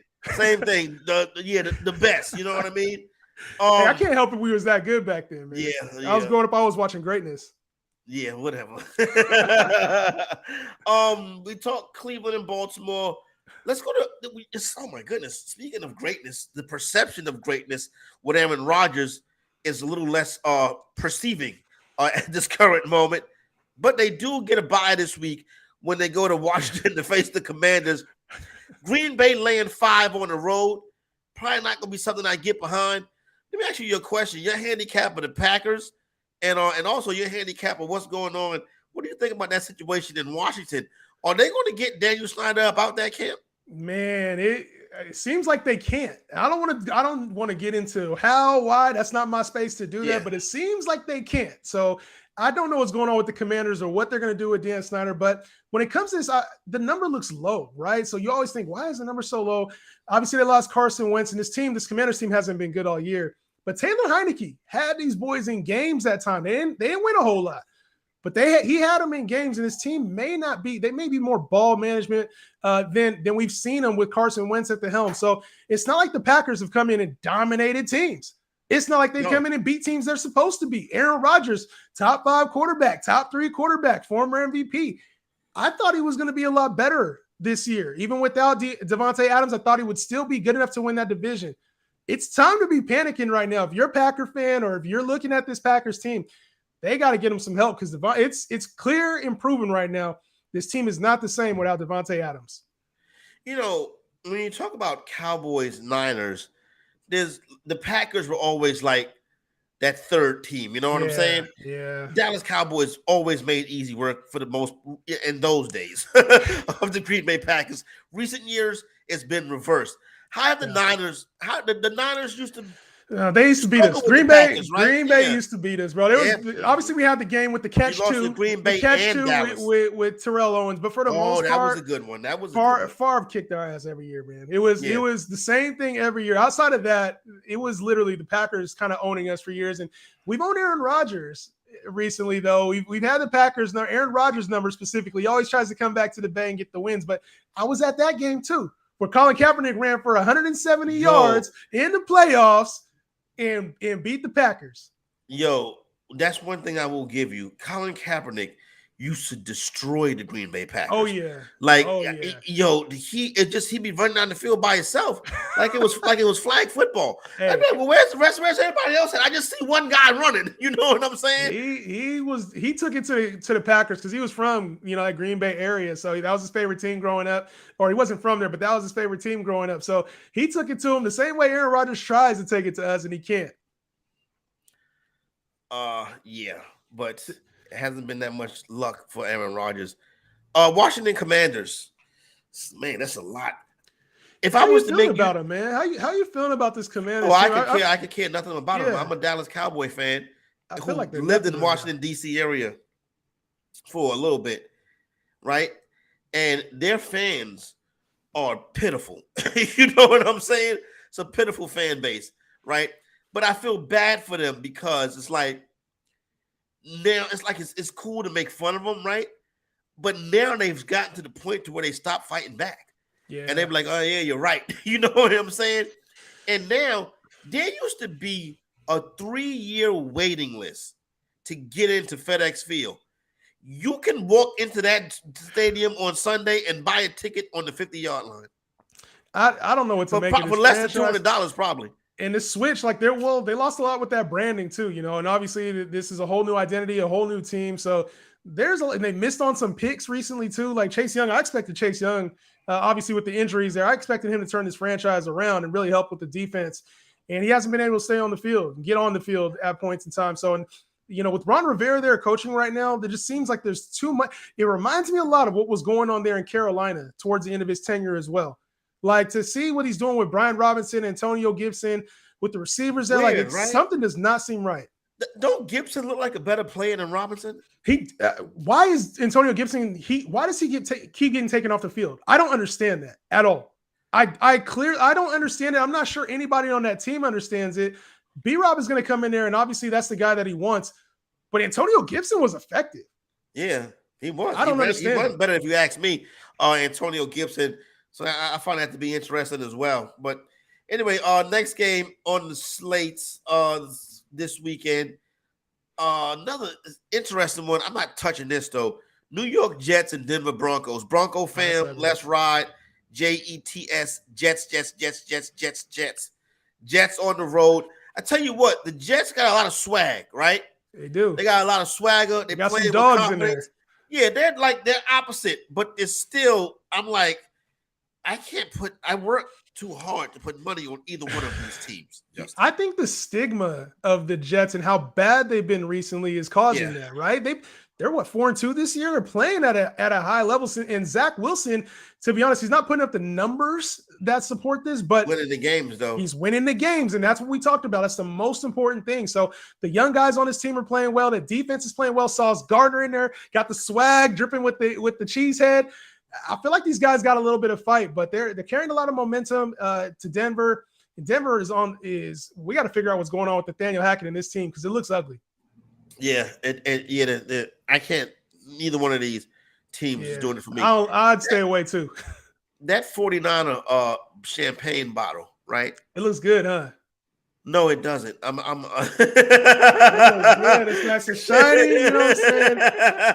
It's what champions drink. You know what I'm saying? Did somebody throw that at you at a party or something like that? That's a collectible. It's a valuable collectible. Actually, the biggest piece of Niner merch I have on here is my brick.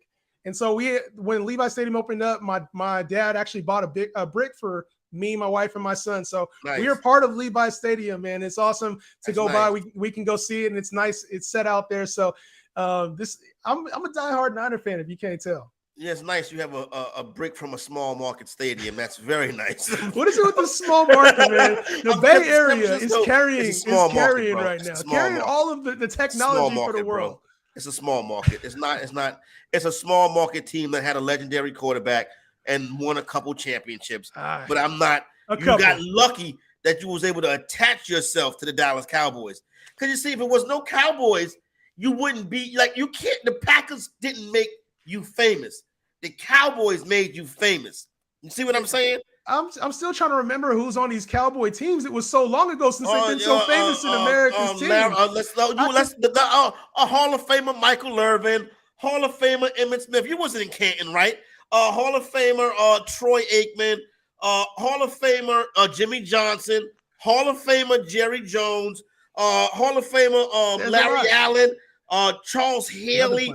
You know what I'm saying? A lot of Hall of Famers. Deion Sanders. Well, you play for both teams, though, but you get my drift. Those Hall of Famers, right? You said a couple other guys, Larry Allen, Charles Haley. So there's a bunch, like we talked about, man. There's a bunch of guys that played for both teams. But when we're talking about history, you start to mention goats. The goats wear red.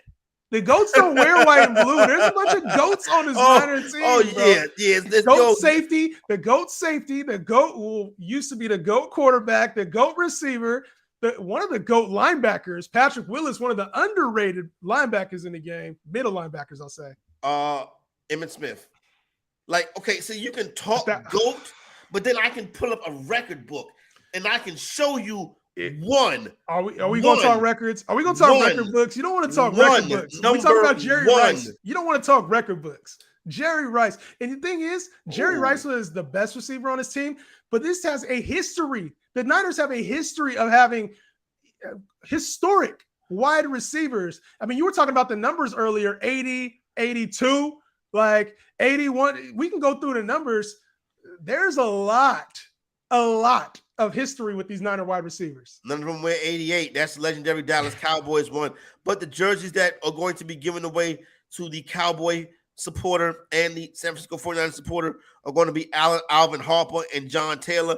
Alvin Harper famously Taylor, easy. third down NFC championship game, sends the Dallas Cowboys to the Super Bowl with a big catch and run, sends the San Francisco 49ers packing into obscurity. And then you have John Taylor, who was a decent number 2 wide receiver in his day. Oh, decent number 2. Get out of here, man.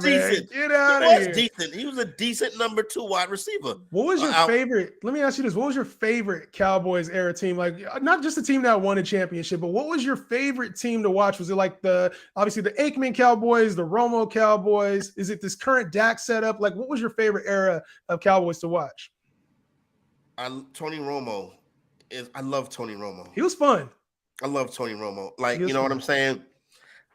Tony Romo's going to be on the Football Life, the fantasy executive, right? He's going to be on my Football Life. He's going to be the voice. He's going to voice my Football Life. So those Romo teams were very special and close to me. The 2007 loss to the Giants was very difficult. Yeah, I bet, man. It was very difficult. But the finish the fight year, the 2014 season, the Des Corded season, that was a Super Bowl team right there. And Roger Goodell stepped in and messed that up right there. And that kind of was the last time we saw Tony Romo. But that was definitely the era for me, the Romo era, and particularly that 2014 team, that DeMarco Murray, Dez Bryant, Tony Romo team. That was my favorite team of, I guess really like ever. They were fun to watch, man. You mentioned Green Bay, how you guys owned Green Bay back then too. So it's kind of funny you bring that up. But Mike McCarthy was the one who threw the challenge flag, and now he's on our sideline. Now he's on your sideline, man. It was cool because we didn't really have the Niners Cowboys. It still was kind of a rivalry, but it wasn't as harsh during that time. But I really liked that Niners defense. I talked about it a little bit earlier. That 2011 Harbaugh Niners. It was so fun to watch him. And I think there was a couple matchups there with Romo, but for me, man, it was watching that vaunted defense, seeing kind of the growth and progression of a guy, Alex Smith, he was still a game manager, but he happened to start winning games. And then obviously we saw what happened with Cap and the transition there. But that defense to me was elite and one of the best this league's ever seen. All right, Cowboys 49ers giveaway is live on social. Go over to @Bettor Network to win an autographed Alvin Harper or John Taylor jersey. Use the hashtag Corey's Cowboys for the Cowboys and Henry's 49ers for the Niners for the jersey you want. Retweet with the most hashtag of your team with the reason why they are a better franchise. Whoever has the biggest fandom towards their team will win. Submit a video or a picture to help your cause. This promotion is all weekend, so you have time. Winners will be announced on Monday's edition of Corey, Nando, and Friend. You have to use the hashtag to win. How about them Cowboys versus Bang Bang Niner Gang? Hashtag Henry's 49ers. Relax. Let's get it. It's not your 49ers. You know what I'm saying? It's the Bay Area's 49ers. It is, man. I'm just proud. I'm glad that both of these teams are back relevant because there was a darker period where we were kind of hit and miss. It's good to see. Even that playoff game last year, it was fun to see the rivalry not really renewed with us owning you some more, but it was good to see them in the playoffs. It's been a long time, man. I give them props. The way they was coming out to Super Gremlin, I was like, oh, this is all right. Now you do it. You can tell that was a team that was ready to lose. I do think this Cowboys team, you have the Cowboys ranked 6th, and I do think this Cowboys team is better than a lot of people gave them credit for heading into the year. And the schedule isn't very tough. So I can see this Cowboys team getting into the playoffs yet again. And anything goes in the playoffs. So with the defense playing as well as it is, and Micah Parsons can really carry his defense to that next level, which he has already. If they're playing like this in the playoffs, they're going to be a tough out. It's going to be interesting. Yeah, interesting to see how it plays out. Let's hop back in. Continue to run through the board in this week's NFL games. Houston Texans, Las Vegas Raiders. I don't know if I mentioned it to you or I was talking to somebody. I still think this Raider team can hop into it. I still think they can make the playoffs. I don't know if I'm going to lay 7 with them. I think that's like the max. Yeah. Total 46. I like the Raiders, though. I like the Raiders coming out the bye. I like them to get back in it. It would be nice if what's the quarterback name? I can't think. Derek Carr starts throwing the football to Darren Waller. That would be nice for my fantasy team. But outside of that, some tough losses, but I do like the Raiders to win this game. I probably throw the money line in the parlay. I don't think I can lay 7 with them. But the Texans are not – the Texans don't scare me this week. They don't scare. They're not a scary team, but they also are one of those scary teams. They're coming off of a bye as well, and they got a lot of youth. So sometimes youth is against teams that are a little more vulnerable, like this Raiders team you mentioned, getting Darren Waller in the fold. It looks like he's trending towards not playing this week. That's another weapon gone. Hunter Renfro's questionable. Like this Raiders team, even coming out the bye, isn't all the way back. So this Texas team, I don't think they're a good football team by any means, but we've seen them hang around in games where they're not supposed to. Ended up with a tie against the Colts. Like it feels like this Houston team can cover 7. I'm going to pick the Texans to cover the 7 points. Definitely. Want to give a shout out to my man Getting the Game for hooking us up with those jerseys, getting this promo rolling. Make sure you get involved with it. You know what I'm saying? Tell a friend to tell a friend. Yeah. Let's head to now. Here's an interesting one. Kansas City and San Francisco this weekend in the small market stadium that you have a brick from, Levi Stadium. Total on this one, 49. This opened up with the Niners as a 3-point dog. Now the Chiefs are just a 1.5 favorite. I'll be honest with you. I love the Niners in this spot right here. I don't. I would love to love the Niners here in this spot. And I know that the line has been pushing towards the Niners, and getting CMC is going to get, I think that's going to help a lot more money come in on the Niners side. But to me, this Chiefs team going up against our secondary, the Niners secondary is still banged up. It's not the same vaunted defense, and this Chiefs team has shown they'll take the bend and break, right? They'll take those yards, and it's happened. This Chiefs team coming off a loss to the Bills too, so on the road it's going to be tough. But I actually like the Chiefs to cover. I don't like that the Niners are home dogs, but I do like the Chiefs to cover the spread. That road favorite has been a tough spot for teams so far this year in the NFL. But if anybody can do it, it is the Kansas City Chiefs. But I just like the fact that, like I said, I saw that 3 this week, scooped it up right when I saw it because I figured it'd be a good bounce back spot, especially with the way the road favorite. You got it at a good number for sure. But the thing about it is like if it's anybody who can defy the number moving all the way against them, it is Andy Reid and Pat Mahomes. 100%. Not Trey Lance. Oh, not Trey Lance. Come on, man. I think there's going to be a lot of excitement with CMC obviously coming into town. I think he's they're saying he may or may not play. Like it's very questionable if he plays this week. But there's going to be some new energy in town. And it feels like a must-win game for the Niners sitting at 3-3 atop the NFC West. Right now, it feels like about 3-3. Hey, I got to brag. We talk about a win is a win. With a win is a win. But y'all were getting in at 8-8, 9-7. I don't want to hear it. Cowboys winning the division at 9-7. I don't want to hear it. So the Niners, I got to take it. I got to take it right now. And it feels like a must-win game, more so for the Niners than even the Chiefs, who are looking to stay very competitive AFC West right now. This is a rematch of the Super Bowl y'all just lost. Oh my gosh, I had to bring it up. But you lost. It's one play every time with the Niners. It's one play. We lost. We lost. Missed throw. Tyreek Hill, Patrick Mahomes, Tyreek Hill, Jimmy G overshooting Emmanuel Sanders. I remember it because I hit. You know what I hit? I hit on the first touchdown scorer. Yeah, I hit.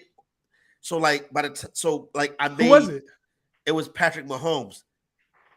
But if you remember, the running back they called touchdown. I forgot who the running back was. They then reviewed it, and then Mahomes snuck it in. He got it in. And Mahomes was like 25-1 to have the first touchdown. So I literally could have stopped watching the game then and there. You know what I'm saying? Cashed out. But I wanted to watch the Niners lose, and I was able to do that successfully. It was heartbreaking, man. I'm not sure. I'm not gonna lie. It's not as heartbreaking as the loss to the Ravens. I was emotionally invested in that loss to the Ravens. That one hurt bad.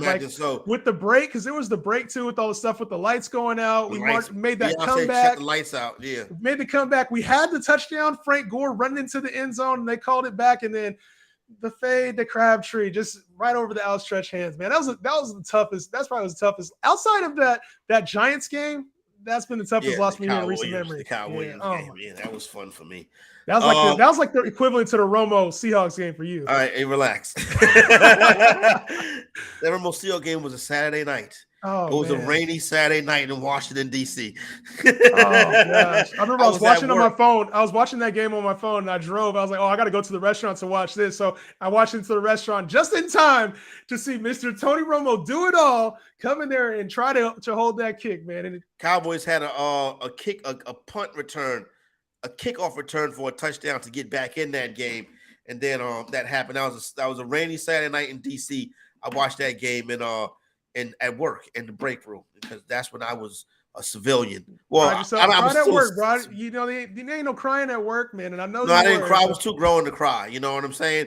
Yeah. I was optimistic because that was Romo's first year. That was the first year of me and Tony Romo's friendship. You know, Tony Romo, man, he doesn't get enough credit, you know, as a player. And what he brought to that Cowboys franchise during the time that he played, he wasn't even supposed to be anything. And he turned into did he end up getting in the Hall of Fame? I don't think he's in the Hall of Fame, but he ended up turning into a great quarterback. So I don't think he gets enough props. I think he should because be a Hall of Famer, but they're not going to put him in the Hall of Fame. Nah, be hating on him. He ain't Hall of Fame level. I'm sure Trey Lance will get there one day over him, though. No, Trey Lance can't even get on the damn field to the Hall of Fame. We still got a couple games to break down. Plus, we want to talk a little bit of NBA stuff. So we'll hit the back end of the NFL schedule, talk about the big Monday Night Football game coming up between the Pats and the Bears. Also, old AFC rivalry between the Miami Dolphins and Pittsburgh Steelers. We'll break that down. Got some interesting matchups on the NBA card tonight. Got a couple plays on those. We'll share those as well. Don't forget, Niner fan, Cowboy fan, head on over to @Bettor Network on social media and get involved in our little rivalry. And you can win an Alvin Harper jersey, Dallas Cowboy fan. You can win a John Taylor jersey, both autographed, authenticated jerseys. You know, Cowboy fan, Niner fan, let's get it. When we come back on the other side, we'll wrap up the NFL and get into some NBA stuff. It is Corey Nando and Friends, presented by the Mayo Media Network right here on BSN. Make bets and follow your fantasy team while you buy, sell, and trade collectibles in real time. Only on Bettor Sports Network. Corey, Nando, and Friends, presented by Mayo Media on Bettor Sports Network. I'm convinced that Babe Ruth is a fictional character. Babe Ruth is not real. No, it's not. Babe Ruth is not real. We've been hoodwinked. We've been bamboozled. We've been led astray. We've been run amok. Babe Ruth, I don't know the rest. Babe Ruth is a fictional character. I'm dead serious. Babe Ruth is a fictional character. Y'all are never going to get me to believe that Babe Ruth is real. Babe Ruth is like a baseball Santa Claus. I'm not buying it. After I saw those highlights last night of Babe Ruth, I'm like, there's no way you can tell me that Babe Ruth is a real person. Who do you know? There is nobody under the sound of my voice that has ever seen Babe Ruth play. I asked my pop, you ever seen Babe Ruth play? He's like, no. Nobody's ever seen Babe Ruth play. I mean, come on. I'm telling you, Babe Ruth is a fictional character. Even Babe Ruth baseball cards, it looked like it's drawn. Like, Babe Ruth is not real. Y'all trying to pull a fast one. Listen, I don't know who made this up. Maybe it was Phil Rizzuto. Maybe it's the Lenny Melnick. But Babe Ruth is not a real person. There's no way. Everything about Babe Ruth is sketchy. If you didn't go to the games, how do you know that it really happened? Or I listened on the radio. You listen to Ovaltine on the radio. That old school radio was all fiction. Everything on old school radio was fake. But you think Babe Ruth is real? Look, he lived until 1948. So if you find someone who's like 85 years old, you know, they might have remembered him when he was little, you know, when they were a little teenager. Babe Ruth was made up by baseball purists. I am certain. You do that thing where you pause a Babe Ruth video and you zoom in and you zoom in and you zoom in and you see like some artist's autograph like right here. Yeah, you like some digital art right here. Yeah, somebody needs to investigate this and see if Babe Ruth is a real person. I'm pretty sure Babe Ruth is a fictional character created to make people think that like there was this great jolly old baseball player that drank beers and ate hot dogs and hit 60 home runs. Like the home run record before Babe Ruth was like 14. You know what I'm saying? Yeah. Like, and but now he figured it out. You know, like who figured out the dunk, right? Like he's just like, oh, that's like Dr. J or something, right? Then Dr. J, probably was before Dr. J, but Dr. J made the dunk famous. Babe Ruth made the home run famous, or maybe that was a way to get people to like. We're gonna make baseball America's pastime, but in order to do so, we need somebody who we can make the face of the sport. And they didn't have no face of the sport.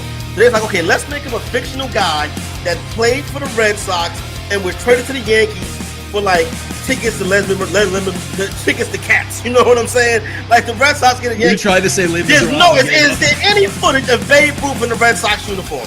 None. I'm telling you, Babe Ruth is a fictional character.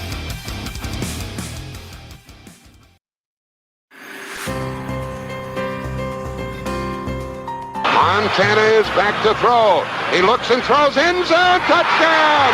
Touchdown! To John Taylor with 34 seconds left. A 10-yard touchdown pass to John Taylor. They've got moved to the slot to the left on 1st and 10. Taking end zone. Touchdown! Touchdown Cowboys. Alvin Harper. Better Sports Network is betting, fantasy, collectibles. It's sports talk done better. All right, Alvin Harper jersey being given away this weekend. Authenticated signed Alvin Harper jersey. So is authenticated signed John Taylor jersey. Bettor Network on Twitter right now. I think it's going to be on Instagram as well. Getting involved on the debate. How about them Cowboys versus Bang Bang Niner Gang? Justin and Corey still got about 25 minutes of racetrack left to go. After this program will be the Fantasy Alarm Playbook with the homies, Justin Fensterman and Adam Ronas. They'll take you on to 7 p.m. Eastern Time, and then BSL, Better Sports Live, will get you ready for the weekend. And then tomorrow morning, I'll be back at 10 a.m. Eastern Time for homecoming, get you ready for a big day in college football. Weekends, we got you covered, the whole shebang. And Justin, you got some stuff going down on social media, correct? I'm sure it's live and lit over there. Absolutely. Every day on YouTube, you can catch me, The Justin Henry Show. That's Justin Henry with the 3 instead of an E on Twitter, but you can look up Justin Henry Show on YouTube. I do daily start sits, talking NFL news, fantasy football, NBA, 3 o'clock p.m. Pacific time, 6 o'clock Eastern, live on YouTube. Nah, Nick, no days off for the fantasy executive. A bag has to be gotten. You should see these. I got churn. You know what I'm saying? And they like nice stuff. Well, my son is grown now, thank God, but still, the stuff gets a little bit more expensive when, you know what I'm saying, when he needed. And then my daughter, oh my goodness, the activities and everything. So definitely try. How you got? What is your crew? So my boy is big now. He's 21. My girl is 12. Okay. You know what I'm saying? So she's moving on up. So my oldest is 12. So my oldest just turned 12 on Monday. Happy birthday, my guy Tyson. So yeah, he just turned 12, and I got a 7-year-old and a 5-year-old as well. So all boys. I'm the LeVar Ball guy out there yelling at my kids, go hoop. Yeah. And so that's me right now. That's what's up. You know what I'm saying? Got the crew right there. Seahawks, Chargers, interesting one right here. Love the Chargers. You know, like I said, I came into the season thinking they were a little bit overrated. I like what I've seen from them so far. The Seahawks, though, been a big story this year as well. I would take the Seahawks to cover the number, but I like the Chargers to win the game. I think the Chargers figure out a way to pull it out. What I worry about the Chargers is Mr. 4th and 10. Their head coach, Brandon Staley, being can be a possible somebody to lose. I won't say a bad word, but he can lose them a game. Yeah. You know what I'm saying? What do you think about this one right here, Seahawks and Chargers out there on the West Coast? Yeah, it's going to be a West Coast affair, and I think the Seahawks can cover this number. And there's a strong, I really think that there's a chance that they pull off this win as well. And this is a better team, a better Seahawks team than people are giving credit for. And this NFC West, although the records don't speak, we know it's a battle-tested NFC West. So the Chargers, they're playing well, getting some wins. A lot of people have them ranked in the top 4, top 3. Yeah, I do. Of course, like you do. But I think this Seahawks team, they play to their competition as well. So if the Chargers slip up at any point in time, this could go in the Seahawks' direction. I like the Seahawks to cover the number. You a Pete Carroll guy? I respect what he's done. I don't think he's great by any means, but he gets wins, and I got to respect what he's done here in this division for the last 10 years. So I'm not a huge Pete Carroll guy, but I see what he's doing. Like he did it without Russ. He's done it without Marshawn. The defense isn't elite, and he's still happening to get wins and make this team competitive. So I respect what he's done. All right, okay, cool. That's what's up. What about you get into like no USC Trojan football, no Cal football, no UCLA. You know what I'm saying? I got my heart broken in college, man. So I used to be this big, college guy back in like the late 2000s. I was betting a lot on them, and things got ugly. The Trojans. Trojans. Oregon was really good at the time. Chip Kelly was doing his thing. Yeah. So and then I started getting into the Eagles. Yeah, then I started getting into the MAC action. started getting Oh, Max little at Kent Max, State. yeah. Oh man, it got rough for me. So I was like, you know what? Let me stop getting out of college, bro. Yeah, they're Toledo and Kent State are rivals, and Toledo, the chant is, can't write, can't read, Kent State. Hey, I'll say this: funny. Toledo and Kent State, both those teams made me a lot of money, man. The MAC has some good teams. It always has some underrated action in there. No doubt. So shout out to the MAC conference. Those do be some good games. You can catch them in the middle of the week a lot of times. Makes it even more interesting. Football night in America. I've been waiting all week for Sunday night. The new vocalist. And that's what, even with the stuff he knows, I'm getting my I'm not a singer. It's not my thing. It's not my I would have never guessed. Really. I'm a dope MC, but I'm not a singer. Pittsburgh Steelers, Miami Dolphins, old school AFC rivalry. Dolphins and Steelers from back in the day made new Tua returns for the Dolphins this week. They're laying 7.5 at home. I wouldn't lay 7.5 with this team, but I mean, it's hard to bet on the Steelers. Either the total is 45.5. What do you think of this one right here? Interesting contest between these two old school AFC teams. This is about when the Cowboys were first started Very winning. funny. So back, I can't even remember it. It's all hearsay, Very like funny. Wilt Chamberlain and Babe Ruth, like you mentioned, man. But I like the Dolphins in this one. And I think the firepower is just too much. Both of these teams, if we look at it from a fantasy perspective, both of these teams are terrible against opposing wide receivers. And Tyreek Hill and Jalen Waddle both have game-changing speed. Tua coming back, I think, helps this case. They finally get their quarterback back. He's had time to rest and get up. So hopefully he's healthy on the field and everything's good to go with him. The Steelers team just has it rough right now. On the road, going into Miami on Sunday night, it doesn't seem like a good case scenario right now for the Steelers. I think they play tough, but at the end of the day, that firepower for the Dolphins is just going to be way too much. I would fade the Miami Dolphins for the rest. When I say fade them, I'm not going to be able to bet on them, right? And I hate to say this, and please forgive me, knock on wood. I do not want this to happen, of course. But everybody that they put back there gets hurt. Yeah. And if Tua goes down again, it's over. Yeah. This season's over, bro. It's a wrap. I don't hope so. Like I said, knock on wood, but I don't know if he finishes this season. It'll be tough for this team. And they have, like you said, Bridgewater has been back there. He's been hurt. I want to say Skylar Thompson even got banged up a little bit. So yeah, it's Tua, man. I hope and pray. I hope he makes it through the season because they're a fun team to watch with Tua. We saw him got off to a really hot start and then he got hurt. This team is fun to watch with all the weapons they have there in Miami. So if they play, they're going to be climbing up your power rankings here, I think, after this week and very soon here with Tua at the helm. So I like this team and I hope they do right by him. And they've done right here in these last few weeks, their due diligence to make sure he's safe on the field. But you mentioned it. These quarterbacks keep getting hurt, so we got to make sure he stays on the field.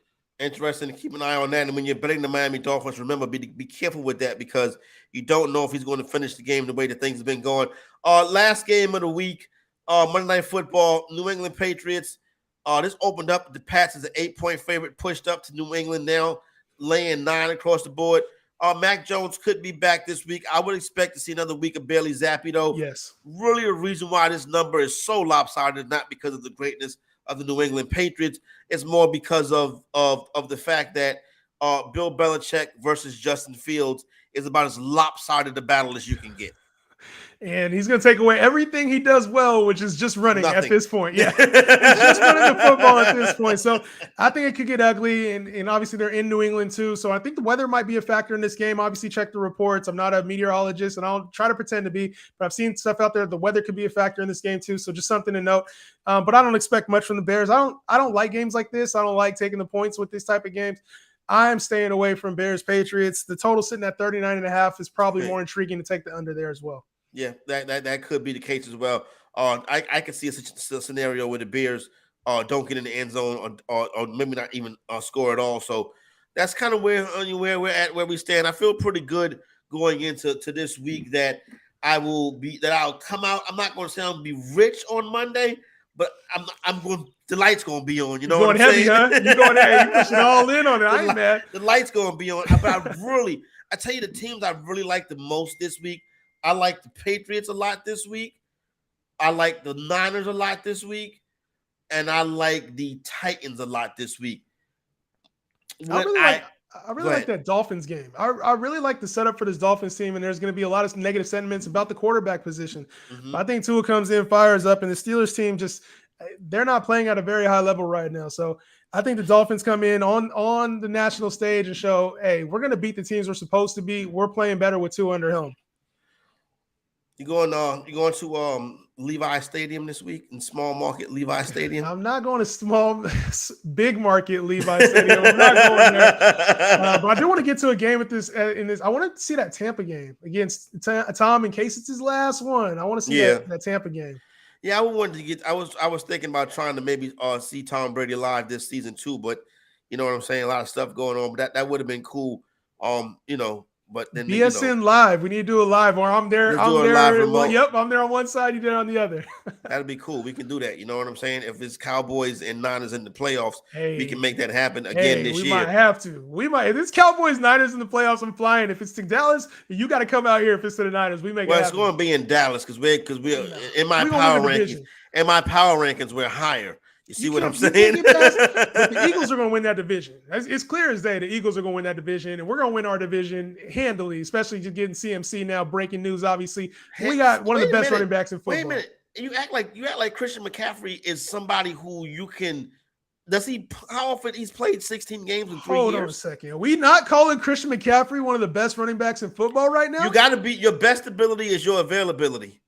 Now, and Christian McCaffrey's availability has not really been peak the past couple of seasons. The great thing about the Niners, we keep a stable of backs. And we've been able to win with the stable of backs. So even if he goes down, you got Elijah Mitchell, got Jeff Wilson. There's enough. TDP waiting in the wings. We got a stable of running backs waiting in the wings. So I'm not worried about it. I think he just brings a big play element to this Niners team that's really only found in Deebo Samuel. And so with Jimmy G at the helm, we know he's not going to be slinging 60 yards downfield. What Christian McCaffrey does is provide another asset for that 60-yard type of play. And to me, he's going to be a valuable piece for this Niner run game because that's all that seems really missing. The big play, the big pop, they have to work their way down the field with game manager and Jimmy G. I love the move for the Niners. It doesn't necessarily move the needle super high, but it makes them, it raises the floor, in my opinion. All right. Don't forget, everybody, this weekend's a big weekend, NFL, big weekend right here on Bettor Network. For Cowboy fans, 49er fans, the giveaway is live now on social media at Bettor Network. Go over there. Maybe you have a chance to win an autographed Alvin Harper or John Taylor jersey. Use the hashtag Corey's Cowboys for Cowboys and Henry's 49ers for the Niner jersey you want. Retweet with the host hashtag of your team and the reason why they are the better franchise. Could be as simple as the Dallas Cowboys are America's team. No question asked. You know what I'm saying? Submit a video or a picture to help your cause. This promotion will go on all weekend, so you have time. Winners will be announced on Monday's edition of Corey, Nando, and Friends. You have to use the hashtag to win. How about them Cowboys? Bang, bang, Niner game. Justin Henry, I'd like you to meet my good buddy and fellow Dallas Cowboy fan. We're going to team up on you now. His name is Adam Ronis, and he also roots for America's team. What's going on, Adam? What's up, man? Yeah, Corey and I go way back. It just happened to be common, both from New York and Cowboys fans. So, we go at it and feud with each other, but we have that common link. I mean, I hate the hat that he's wearing today. So we disagree on that. But yeah, man, big Cowboys fan, been a Cowboys fan since I started watching football. I mean, everyone asks, how are you a Cowboys fan growing up in New York? And for me, my father passed away when I was young, so I didn't have that male figure to kind of get me into sports. I don't know how, growing up in an all-female household, that I became such a big sports fan because I didn't really have anyone to influence me. But as far as football, I had a neighbor who's kind of like that big brother to me, and he was a Cowboys fan. So he got me into the Cowboys in the late 80s, and the first few years were brutal, and then the 90s were great. I don't know if you remember, we beat the Niners 2 times in the NFC Championship game. Yep. And then also got some bad calls in that, and the one that you guys won, and Barry Switzer coming in did not help. The Barry Switzer game, he came on the field, and he got a 15-yard penalty. Dallas was down 21-0 in that game, and they came back and tied the game. That's the game when Michael Irvin went from 192 on Deion Sanders. Oh my gosh. Well, Adam, first and foremost, appreciate you coming on. And I'm sorry. I just want to say I'm sorry that your friend got to you as a Dallas Cowboy fan before he introduced you to the Niners. Y'all haven't seen the Super Bowl since 95, since 96. So I feel your pain. I feel your pain. We've been into a Super Bowl. We know what it's like to be going in a Super Bowl to play on the biggest stage. Going to the game and winning the game is different. Yeah, second place is the first loser. Yeah, you know what I'm saying? Yeah. You should know Cowboys, that. I know that used to be the argument back in the day, and I know you probably were part of this argument too, Adam. The 5 for 5. That was the Niners for a while. It was like our thing against the Cowboys. We were 5 for 5, and Cowboys had lost 3. Yeah, I mean, look, those 90s NFC championships were really good. It just sucked because I thought the Cowboys had a real shot there to win another one. And, Barry Switzer coming in, I think he messed things up a little bit. It would have been great to keep Jimmy Johnson there. But, I'm pretty objective, though, when it comes to the 49ers. I actually like them this year. And, I picked them. I think they can win this week. I really do. I think a lot of people are on the Chiefs. You do too? Okay, yeah. See, that's the one thing, with Corey and I, we obviously have to be objective, especially when it comes to sports betting and fantasy. Yeah. So, right. Yeah, I mean, I really do have a hatred for San Francisco, though. But, I want to win money. And I do think San Francisco has a good shot this year in the NFC. I really do. Even before the McCaffrey trade, that division is it's just not good, man. You can't believe in the Rams. You can't believe in the Cardinals. I know Seattle's playing over their heads right now. So, they should win the division. But their biggest problem every year is injuries, man. And like last week, early in the week, I was on the Niners, the -5.5. And then I saw those injuries. I said, I can't do it. I was still stunned that they got stomped like that. But I wasn't. You weren't? I was, man. I didn't expect that by Atlanta. I know Atlanta's playing over their heads, but I think San Francisco is one of the better teams in the NFC, despite being 3-3. Hey, so Ronan, I told as far as this Cowboy rivalry with the San Francisco 49ers, I talked about my love for Tony Romo. You know what I'm saying? And particularly my favorite team, really being the 2014 team, the Finish the Fight team, the Des Carter team, DeMarco Murray, that team right there, and how that came to an end in Green Bay. What are some of your favorite Dallas Cowboy players and favorite memories from watching this franchise, America's franchise, Justin, America's football team? I said yesterday they could send the Cowboys to the World Cup. That would be a good idea, actually. What do you think, Ronas? Yeah, that would be good. For me, though, it's Michael Irvin, man. That's my guy, man. 88, I got a lot from him. That's my number, and I put in a lot of things. And, we look at all the receivers with 88 cents, Des Bryant, CeeDee Lamb. But Michael Irvin was my guy because just his emotion and his intensity that he brought to the game. Like, I felt after he left, too, they kind of fell off. I thought he was the guy that just got them all fired up. And we know how wild he is off the field. But he had that personality. And I just felt like he was the emotional leader. Aikman was kind of low key. I mean, Emmitt was big. Emmitt Smith was big. I mean, I'll never forget Emmitt Smith against the Giants with that separated shoulder and that overtime game, winning the division. That was huge that year. So always love Emmitt Smith, but we all know he was running behind a great offensive line. I just loved Michael Irvin, man, the intensity that he brought. I like playing wide receiver as well. But I love Michael Irvin, man. Just, I like those intense players that work real hard. And Irvin is that guy. So he was one of my favorites. I mean, but that 90s team, man, there were so many good plays, even on the defensive side, too. Jeff Code, they just had so many good players, man, on that team. And I just wish they would have won 3 in a row. Yeah, that would have been cool right there. They wasn't able to get that done. Yeah, I'm sure you are. Ronas is coming up next. Ronas and Fenstey on the Playbook powered by Fantasy Alarm. Ronas, we'll see you right on the other side of the top of the hour, my man. And I'll see you on Sunday on the Better Zone. All right, man. Good meeting you. Go Cowboys. How about them Cowboys? Get him out of here. All right, Justin, let's run through it. Let's see. You got a couple minutes. Let's hop in here. Give a quick run through some NBA action tonight. Interesting. Washington Wizards 2-point favorites versus the Chicago Bulls. The Bulls don't have Zach LaVine. I can't see why Washington would be a favorite in this game. So that's scaring me off of betting it. But I feel like hammering the Bulls money line. Yeah, the Bulls, man, it's just they haven't played the same without Zach LaVine. They're dealing with their own injuries at the guard position. And this Washington team, they're not bad. Like this Washington team, it looks bad on paper, but they got a bunch of young guys on there and they play tough. I think they can cover the 2.5 points. And like you said, it's one of those lines where you look at it, you're like, the Bulls should be beating the Wizards. Something's up here. They favored by 2.5. I'll take the Wizards in the points. Pacers and Spurs, no play for me on this one. I need to see a little bit more from both of these teams. But Tyrese Halliburton did come out the gate with a strong performance on the Pacers opening night game. He looks like he's probably going to win Most Improved Player of the Year. And like I talked about him from NorCal and from Sacramento. That was, to me, that was a bad trade last year. Getting Sabonis, and I get that the Kings are trying to win. It just hasn't equated to wins. And a guy like Tyrese Halliburton, who's going to be at an all-star level this year, should be able to elevate him over the Spurs. 1.5. I'm not too worried about that. Give me the Pacers. Interesting one right there. Okay. New Orleans Pelicans, Charlotte Hornets. The Pelicans do look like a wagon. Am I ready to lay 7 on the road with them, though? Not going to go that far.